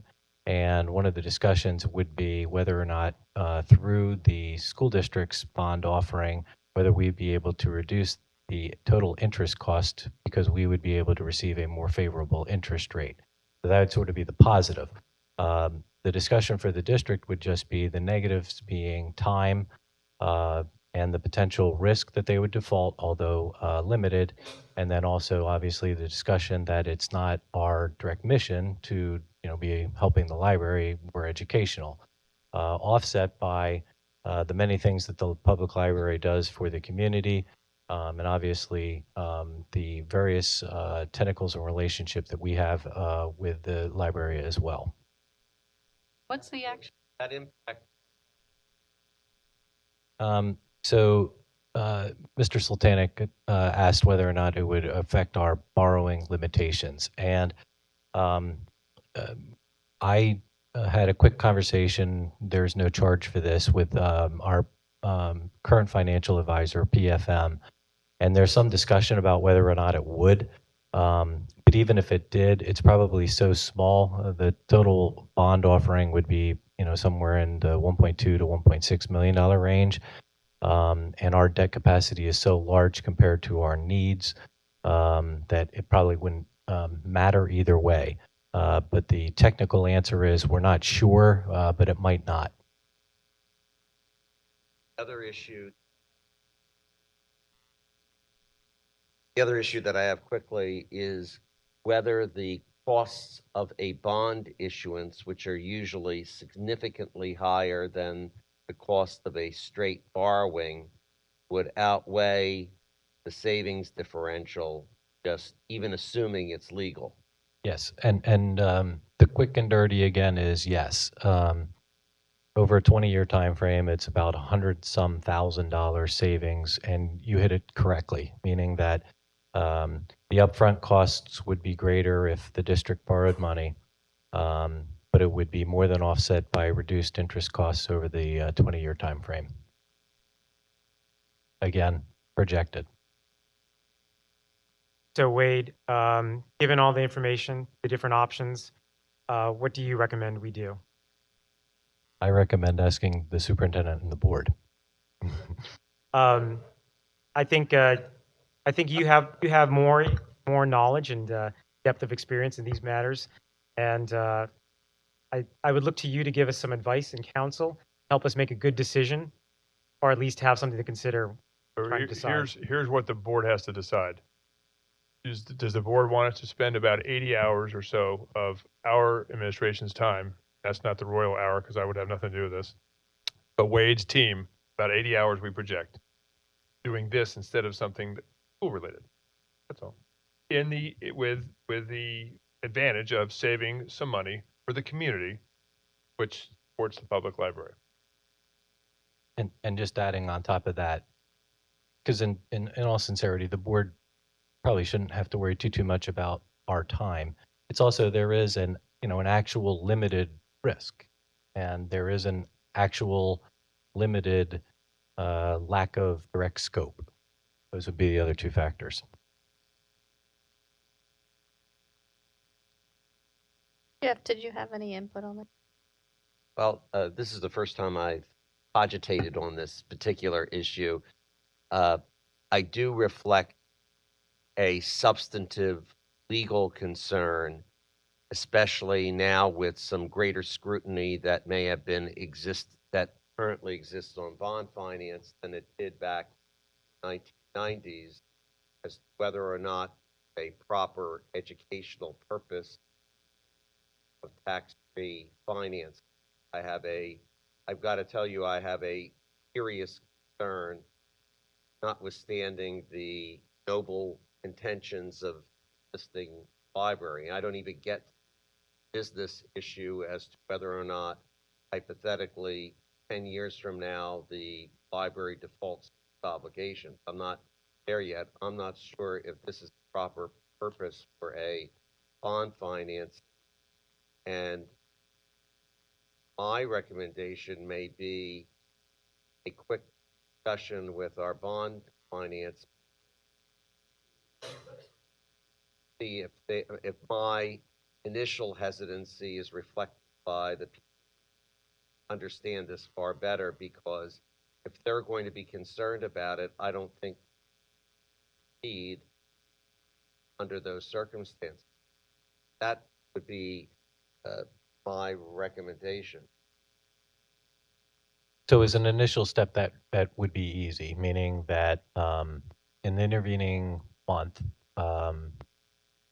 assuming that the public library puts in writing the fact that they would pay for all the legal bills, if the board was interested in at least pursuing that as a first step, we'd have the ability to work with our solicitor and our bond counsel, which at this point are the same firm, but different hats, and make sure that it is a legal transaction at this point in time. And we could provide that information out to the board as soon as we, come to some conclusion on that. Our financial advisor, Jamie Doyle of Public Financial Management, is very, very knowledgeable of what happens in Pennsylvania. And she has done similar type transactions, but more recently, more with municipal, which doesn't really help speak to Jeff's, Mr. Sultanic's points. But I did specifically also ask for other school districts that are in this similar situation. I asked for that information, and hopefully they'll get back to us. Hopefully that'll help us save some legal fees. But either way, we need the answer for Wissahickon. If I may, excuse me, if I may ask, what is the amount that the library needs from us? 1.2 million. It is. It's originally when there was a discussion, they didn't know whether they were getting a grant. They had received a very large grant, so they're in the 1.2 to 1.6 million dollar range at this point in time. My understanding, I mean, I guess my concern also is that we have been looking at ways of improving our own libraries. And,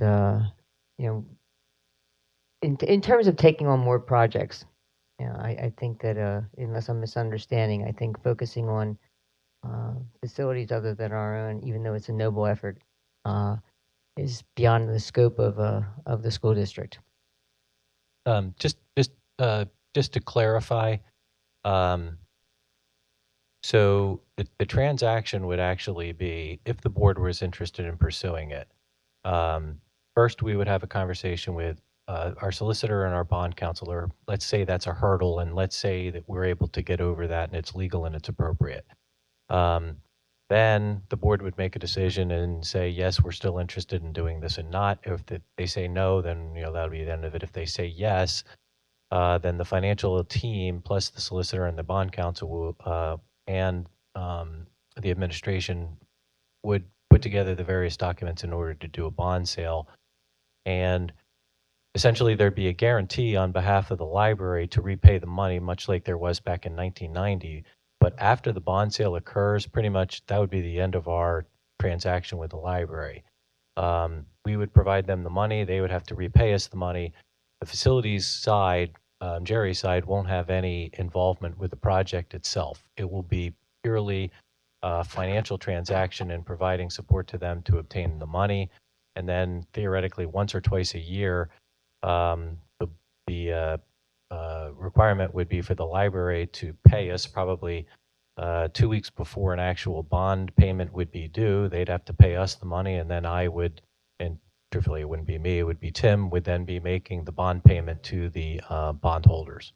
Just as a quick point, one of the issues that I foresee as the result of such a transaction is that our bond people may say that in order to establish that this is a valid educational purpose, that we would need to get some consideration back from the library in terms of the delivery of library services as the result of entering into this program.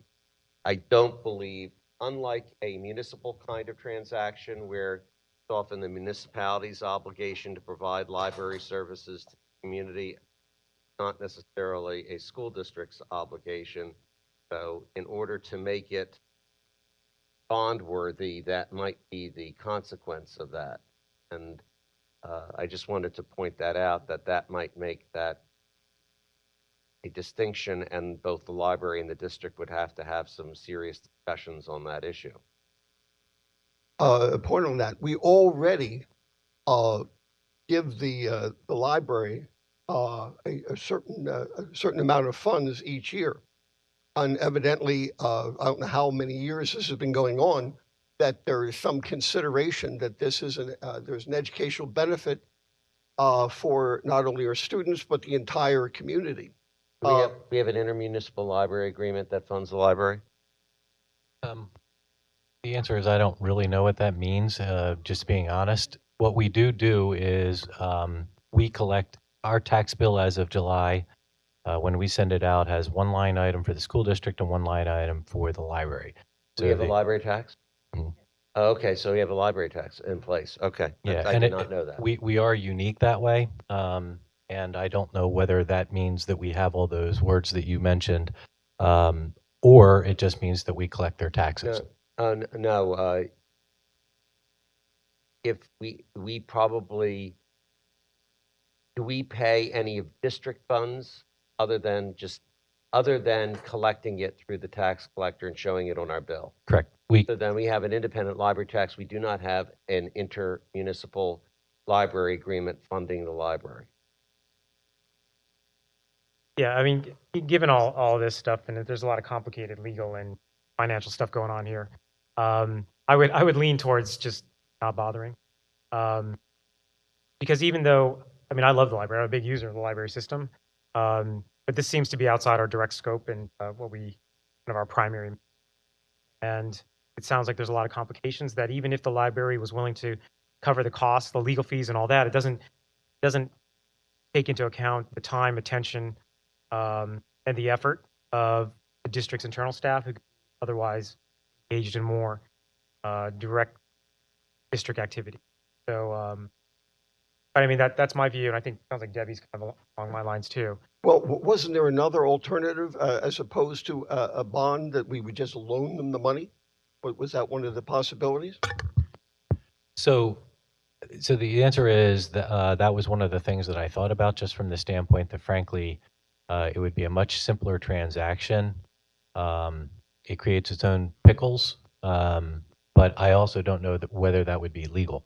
But that again, if the board was interested in that as the other option, we could pursue that. I mean, there are similar complications, and then also that sort of sets a precedent that we are kind of like a source of capital for other organizations. That again, that's not part of our form. Can I ask a authorized to question do. too? So, this, say the $1.2 million, say we do it. Does that mean that we then would not have $1.2 million worth of debt service? Not the 1.2 million, but the bond for the 1.2 million, whatever that amount is. Yeah, whatever our maximum 200,000 or whatever debt that is. capacity would be as an organization, Would be it would count against decreased. that. Okay. But we have such little debt right now. We're like so far away from our maximum capacity that that's not the real issue. I just to point out again, it's in our official statement. I believe our debt capacity is over $100 million.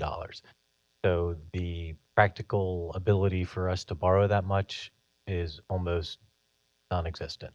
So even if the answer was yes, the $1 million subtracted from $100 million, and we'd be at 99, and we don't have the capacity to borrow $99 million anyway. Right, that's what I'm saying. So this money would actually be detracting from the money that we are capable of borrowing. Yes, but it's more of a mathematical issue than it is a real issue. Right, because they're going to be paying for all the costs.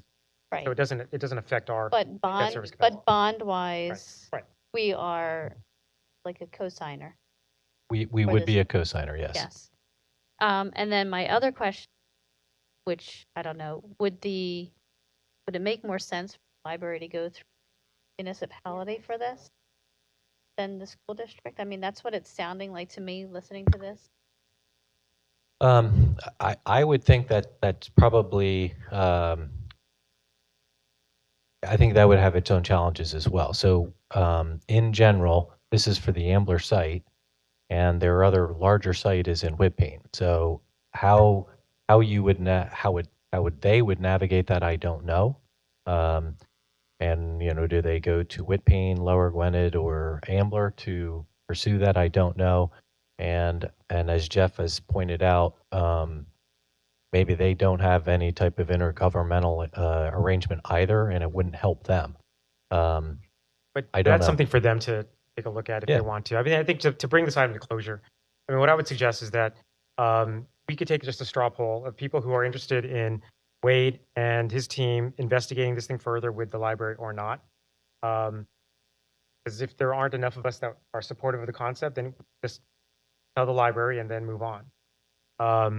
So, point of order, Jeff, can I poll the group and ask them their opinion? Okay. So who's interested in Wade and his team pursuing this matter further with the lawyers and all the financial people? Raise your hand if you are. Okay.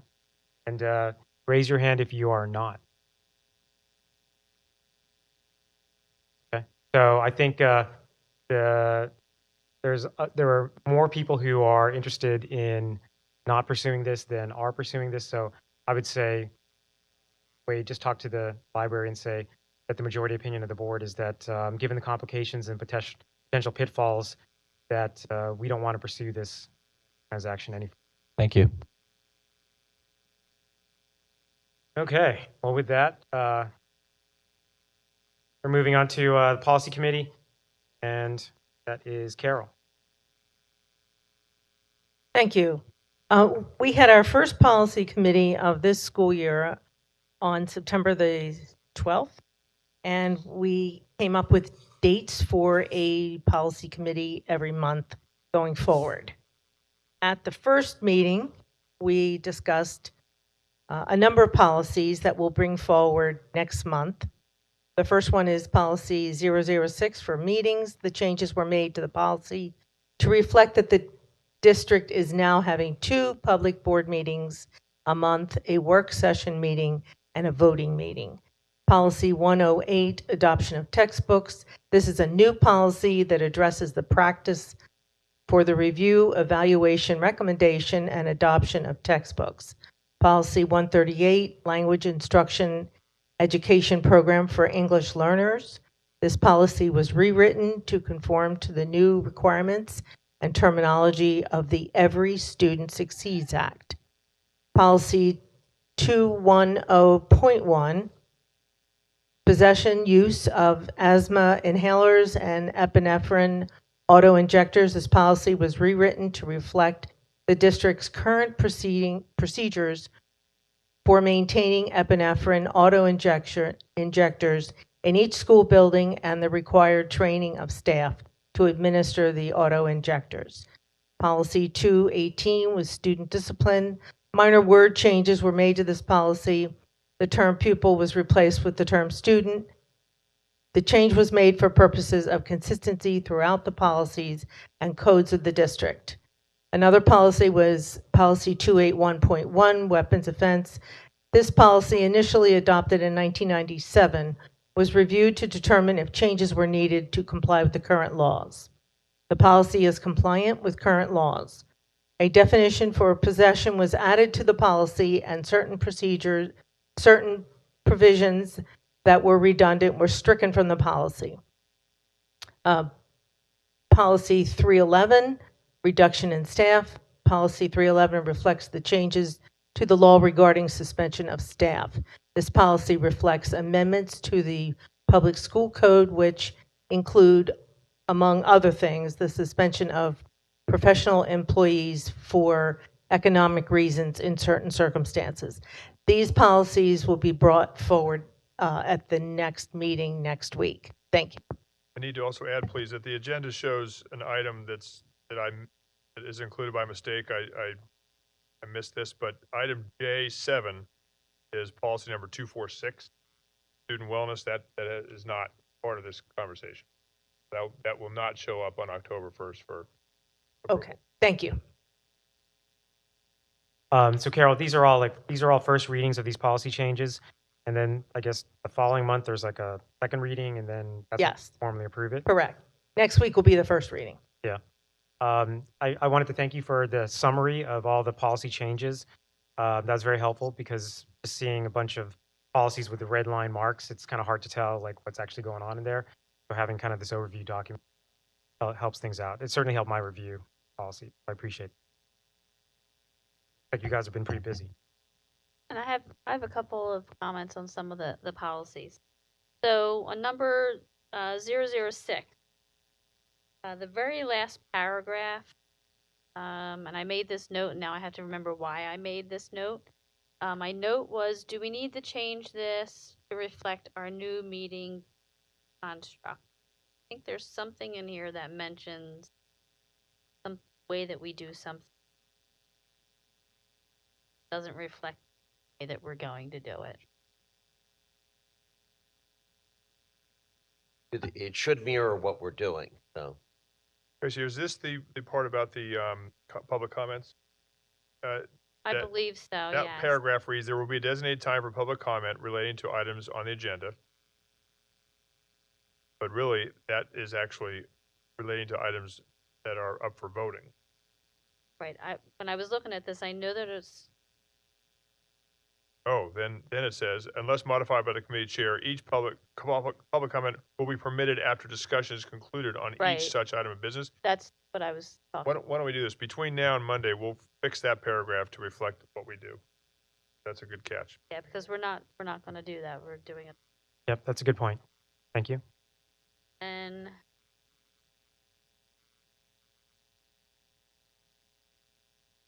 okay, so there's on the possession and use of the asthma inhaler and epinephrine auto injector. I'm just going to stress this again. Same thing that I stressed over the diabetes policy. That I want to make sure that we're looking at the nurses in the building will be our first line of defense. And then these other people that are being trained are going to be kind of like emergency backup. Because as a parent, I'm sure the parents are would rather a nurse do these things than, Joe Schmo in the school that was trained for it. The way we talked about it at the meeting was that we were really looking at those scenarios where students are at after-school sports or other events where it might be the athletic trainer or someone else who is present where the nurse would not be present under those, situations like that. Right. Whenever possible, yes, we agree that the nurse is first choice. But there's those circumstances when nurse is not around. Right, and I just want to make sure that we know that we're going to have nurses around. Yes. For the school day. And then in the paragraph where it says the school nurse shall be responsible for building level storage, that just should be after administration. It should be of, not or.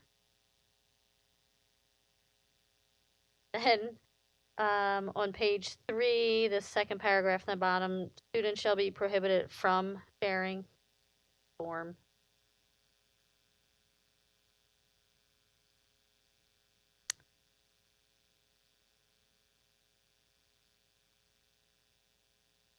So I know we're not talking about J7 anymore.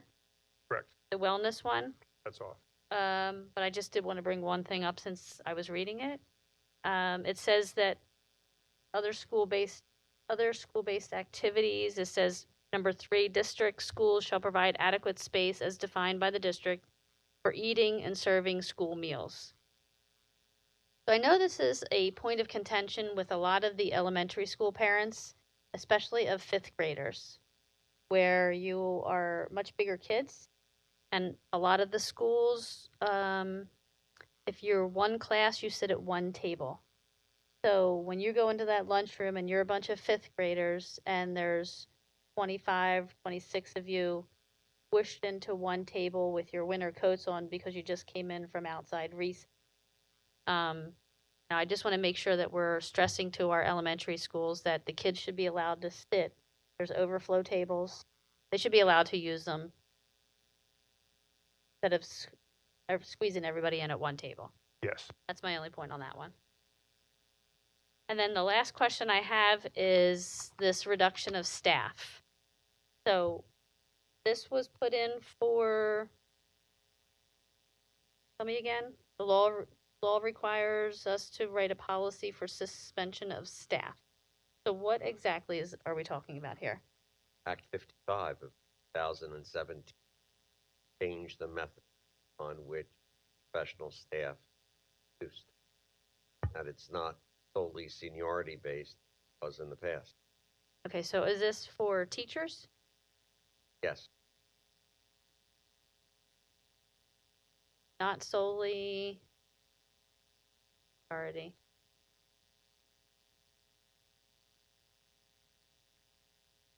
And have we always been able to reduce staff? Always been able to reduce staff.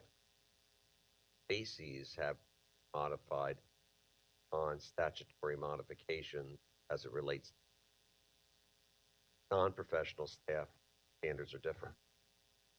Okay. All right, those were my questions. Okay. Moving on to the next section, I believe is personnel. Yes, thank Kathy you. Rossi. The one item, informational item that I have is a list of the 2018-19 contracted bus drivers. Although I do also have 7 more that I received today that I'll be adding, and I'll be bolding those items so that you can see the additional new list of bus drivers. This is an informational item based on the fact that the state auditor requires districts to review the qualifications of contracted bus drivers, and it's the district's responsibility to ensure that they have the appropriate qualifications and background checks. So that is why we are presenting this information to the school board. The additional items that we will have up for approval are K1 through 7, and those items are our normal every month items. In addition, there'll be salary degree changes for the 2018-19 school year, approval of additions to the inductee mentor listing for 2018-19, approval of additions to our volunteer lists, approval of the year-long extracurricular activities for the 18-19 school year. There's a job description attached to your items regarding the CASA, which is Celebrate All Student Achievement Club, which we are proposing, and a ratification for the appointment of Gail Ryan as the interim elementary school principal at Stony Creek Elementary for $550 per day, effective today, September 24th. Thanks. Any questions? Okay. Now we are moving on to report of board representatives. Extracurricular committee representative, Tracy? Yes. So I was not able to make this meeting, but I do have some of the minutes, or if Kathy, if you just talk about it, okay. So they talked about a couple of requests to add a JV golf coach for the 2019 season. Currently, our JV kids are not getting the same amount of matches as varsity due to scheduling conflicts. Our one coach cannot be at 2 courses at the same time, so the JV matches have to work around the varsity matches.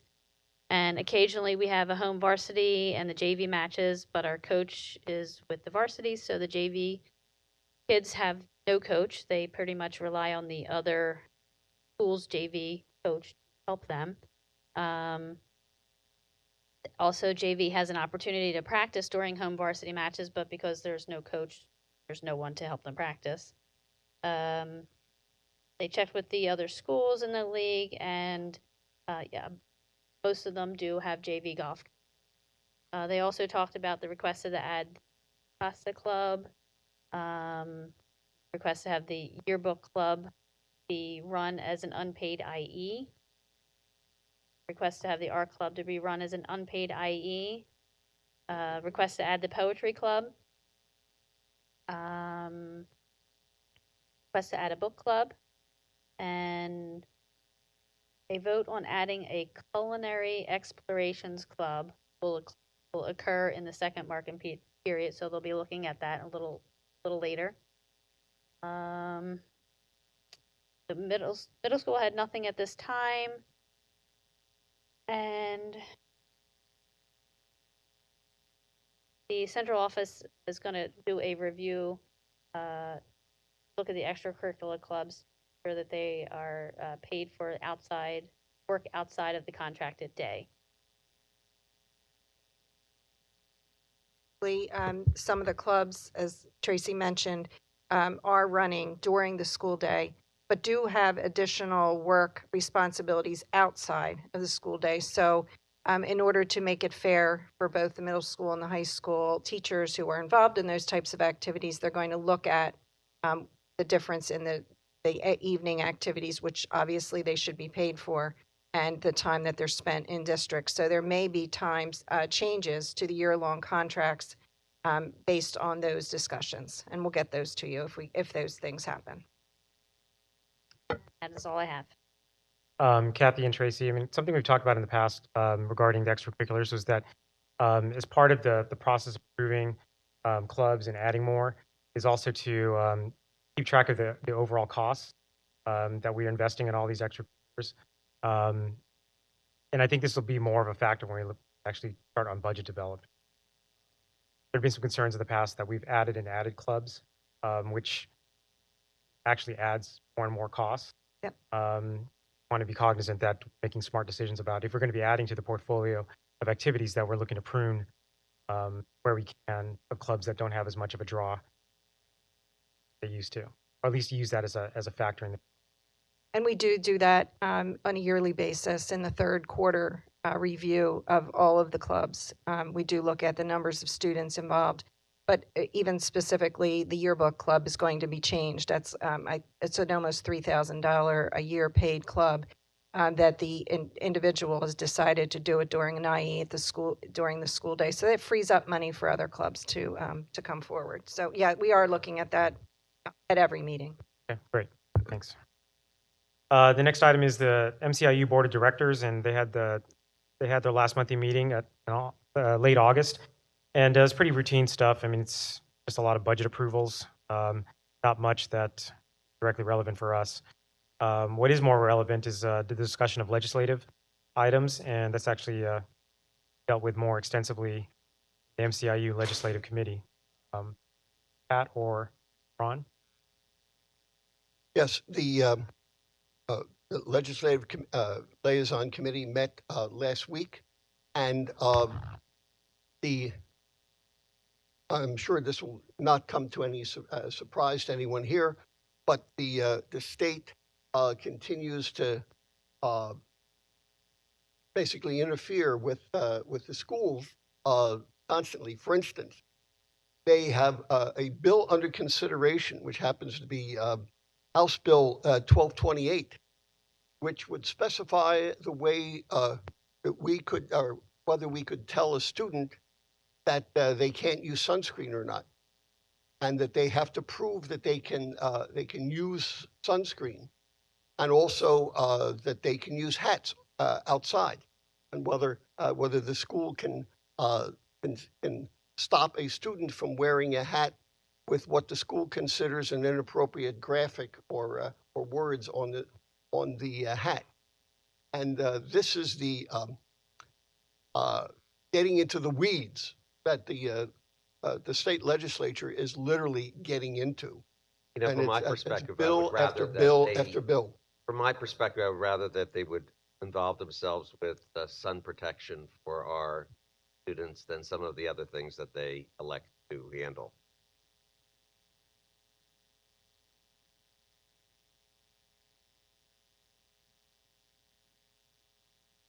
Okay. And there is one other item.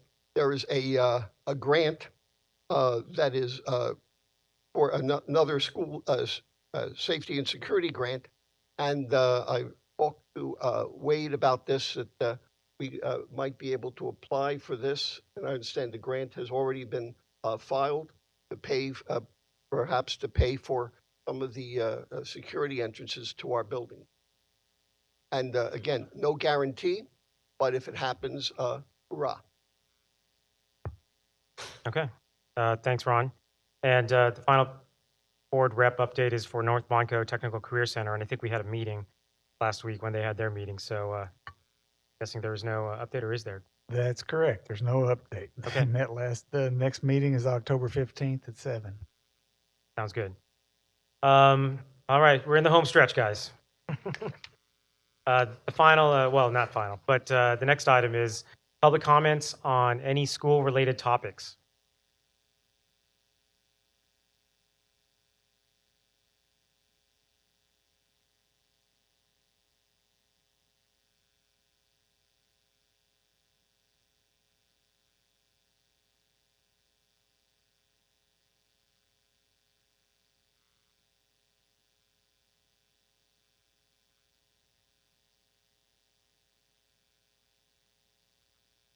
Okay, we have two speakers, and first one is Jill Ray.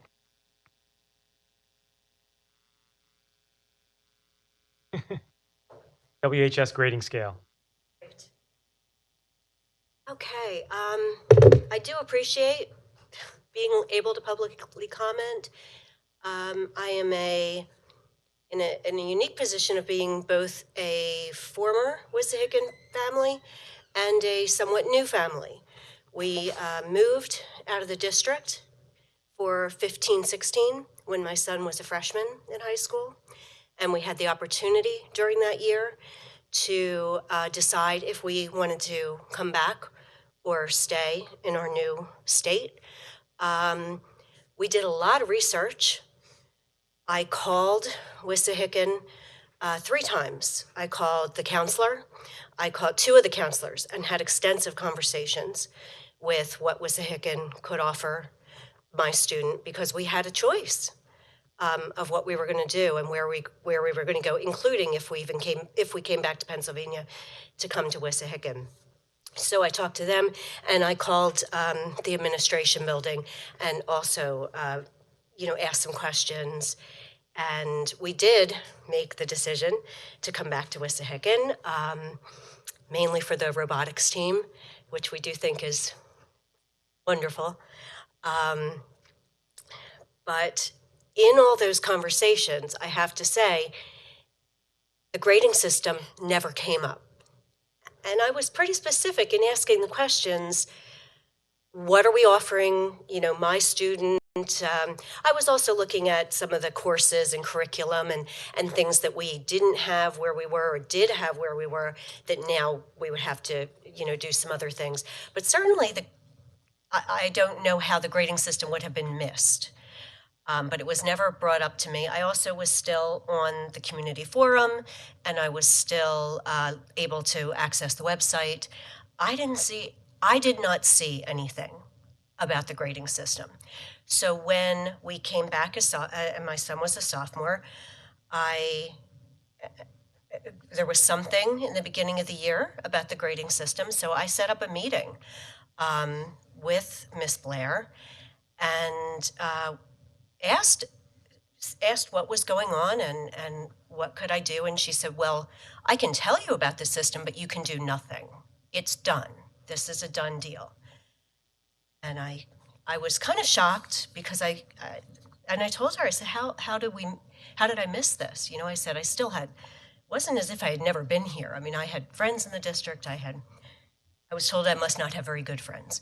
So I was kind of shocked at what was happening. But so the big question was, well, why? Why are we doing this? Mostly, she talked about the motivation. And I'm going to let you know what my key concerns were. My key concerns were three things.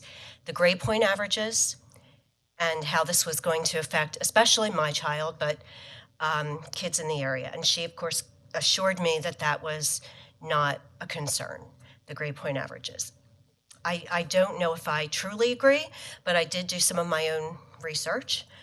But I'll go, okay, so point 1 was grade point averages. Point 2 was something that has not come up yet, which is scholarship opportunities. So having a daughter in college and knowing how many of the schools compute their merit scholarships, because many of us if you don't qualify for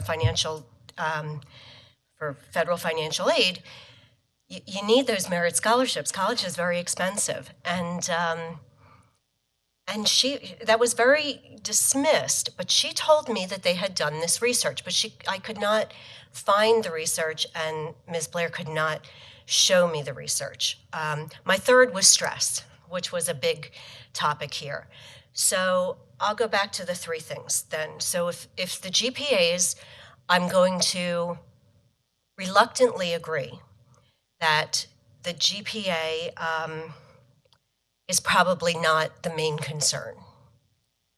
Although I have to tell you, for a junior in high school last year who really worked very, very hard and for straight A's and received all A's with some minuses, and his GPA went down. And when you work really hard in lots of AP classes, in all honors and AP classes, and your GPA goes down, it's sad, and that's really a shame. For, what was it, a third of the kids getting A's? A third of all of our kids getting A's had A minuses. And it really didn't feel good, and that's a shame. Stress, let me tell you, the stress level is through the roof. And it's tough, you know, getting into college and everything else. And yeah, we called a lot about the stress levels in 10th grade. I talked to 3 teachers specifically in 10th grade numerous times. There's not much they can do, you know. There wasn't much we were given on stress. So, but it's a big deal. So if the GPA, so I called colleges. I called quite a few colleges. 2 colleges would talk to me over the phone.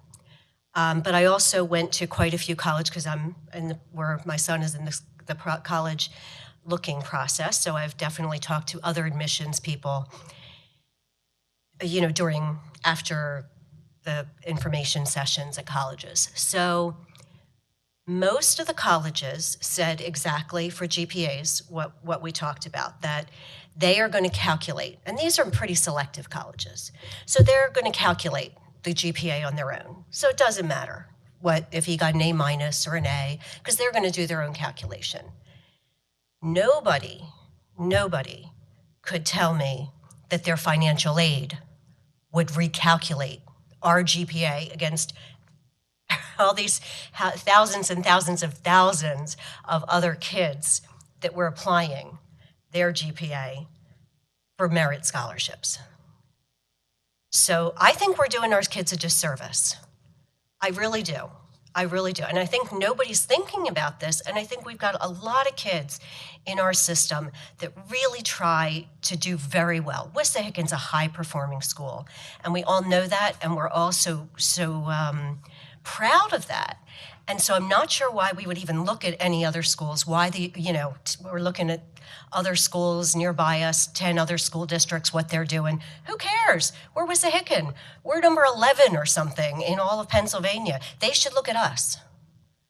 What do we worry if we have a different grading scale, or just the same grading scale as most of the country, I think. But so I'm not sure how that works. And I really think that they can say, Ms. Blair can say that they have asked all those admissions counselors that come to Wissahickon, and I'm sure they have. And I'm sure that they will say that the GPA is they will rank them all themselves. And the holistic schools will.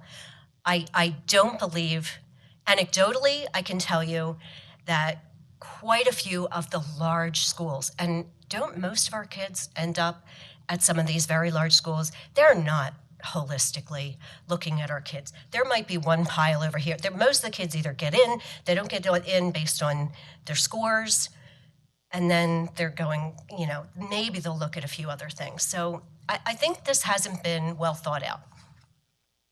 All right. Thanks for your comments. I know Yeah, sorry. Thank you. Thank you for your comments.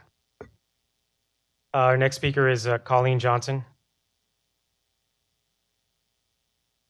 Hi, I'll try to be quick.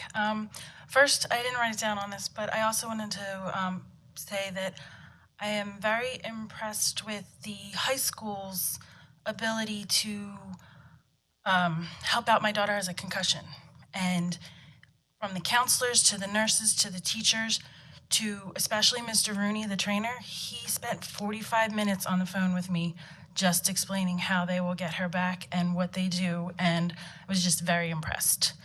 We're still working, getting back, but so far, so good, and everybody has been extremely helpful. The other concern that I have, and I'm not really sure if something got lost or there's not really a policy in place, is that my son has been bullied. And it was in the the elementary school, and they had put it in his file, and they said it would be in his file forever, that this kid needs to stay away from him, not in the same classes. I don't know if it's by coincidence. He's now in 8th grade. They've never been in the same class, and this was in like 2nd, 3rd grade. We've still had problems with this child. He lives in the neighborhood, so the bullying has continued, and my son is actually, very fearful of him. And his first day of school, he showed up, and that kid is in his classes. So now I have to get involved, and my son got switched classes. So he's been rearranged, and I don't think that's very fair that he had to rearrange his whole schedule when the other kid has been the problem, and it's been documented that he's the problem. And my concern is next year when he gets into high school, when I talked to the counselors, they had no idea that this was even going on. When he gets to the high school, are we gonna have the same problems? And some better way to keep communication, to keep certain children away that goes to each school. And that's all I have. Thanks. Thank you. Okay, with that, are there any board comments? I do have one question. I know it's getting late, but for the thing that we're doing for the alumni, is there a reason that we have that during the day? I know that we try to do it on the homecoming and try to make it a big, but it's really hard for anybody other than the people that are being inducted to get there during the work. They have friends at big deal. I was having it work. So I think we just need to I know we're doing it and we're trying to do it of homecoming and all of that, but I think that we need to think of there's another better way family members that are working to actually be able to come. Oh, sure, we're looking at that. I do believe it has something to do with having the students get involved, the current students, but I will ask the question and report back to everybody. Okay, anyone else? No? Okay. Can I have a motion to adjourn the meeting? Second? Meeting adjourned.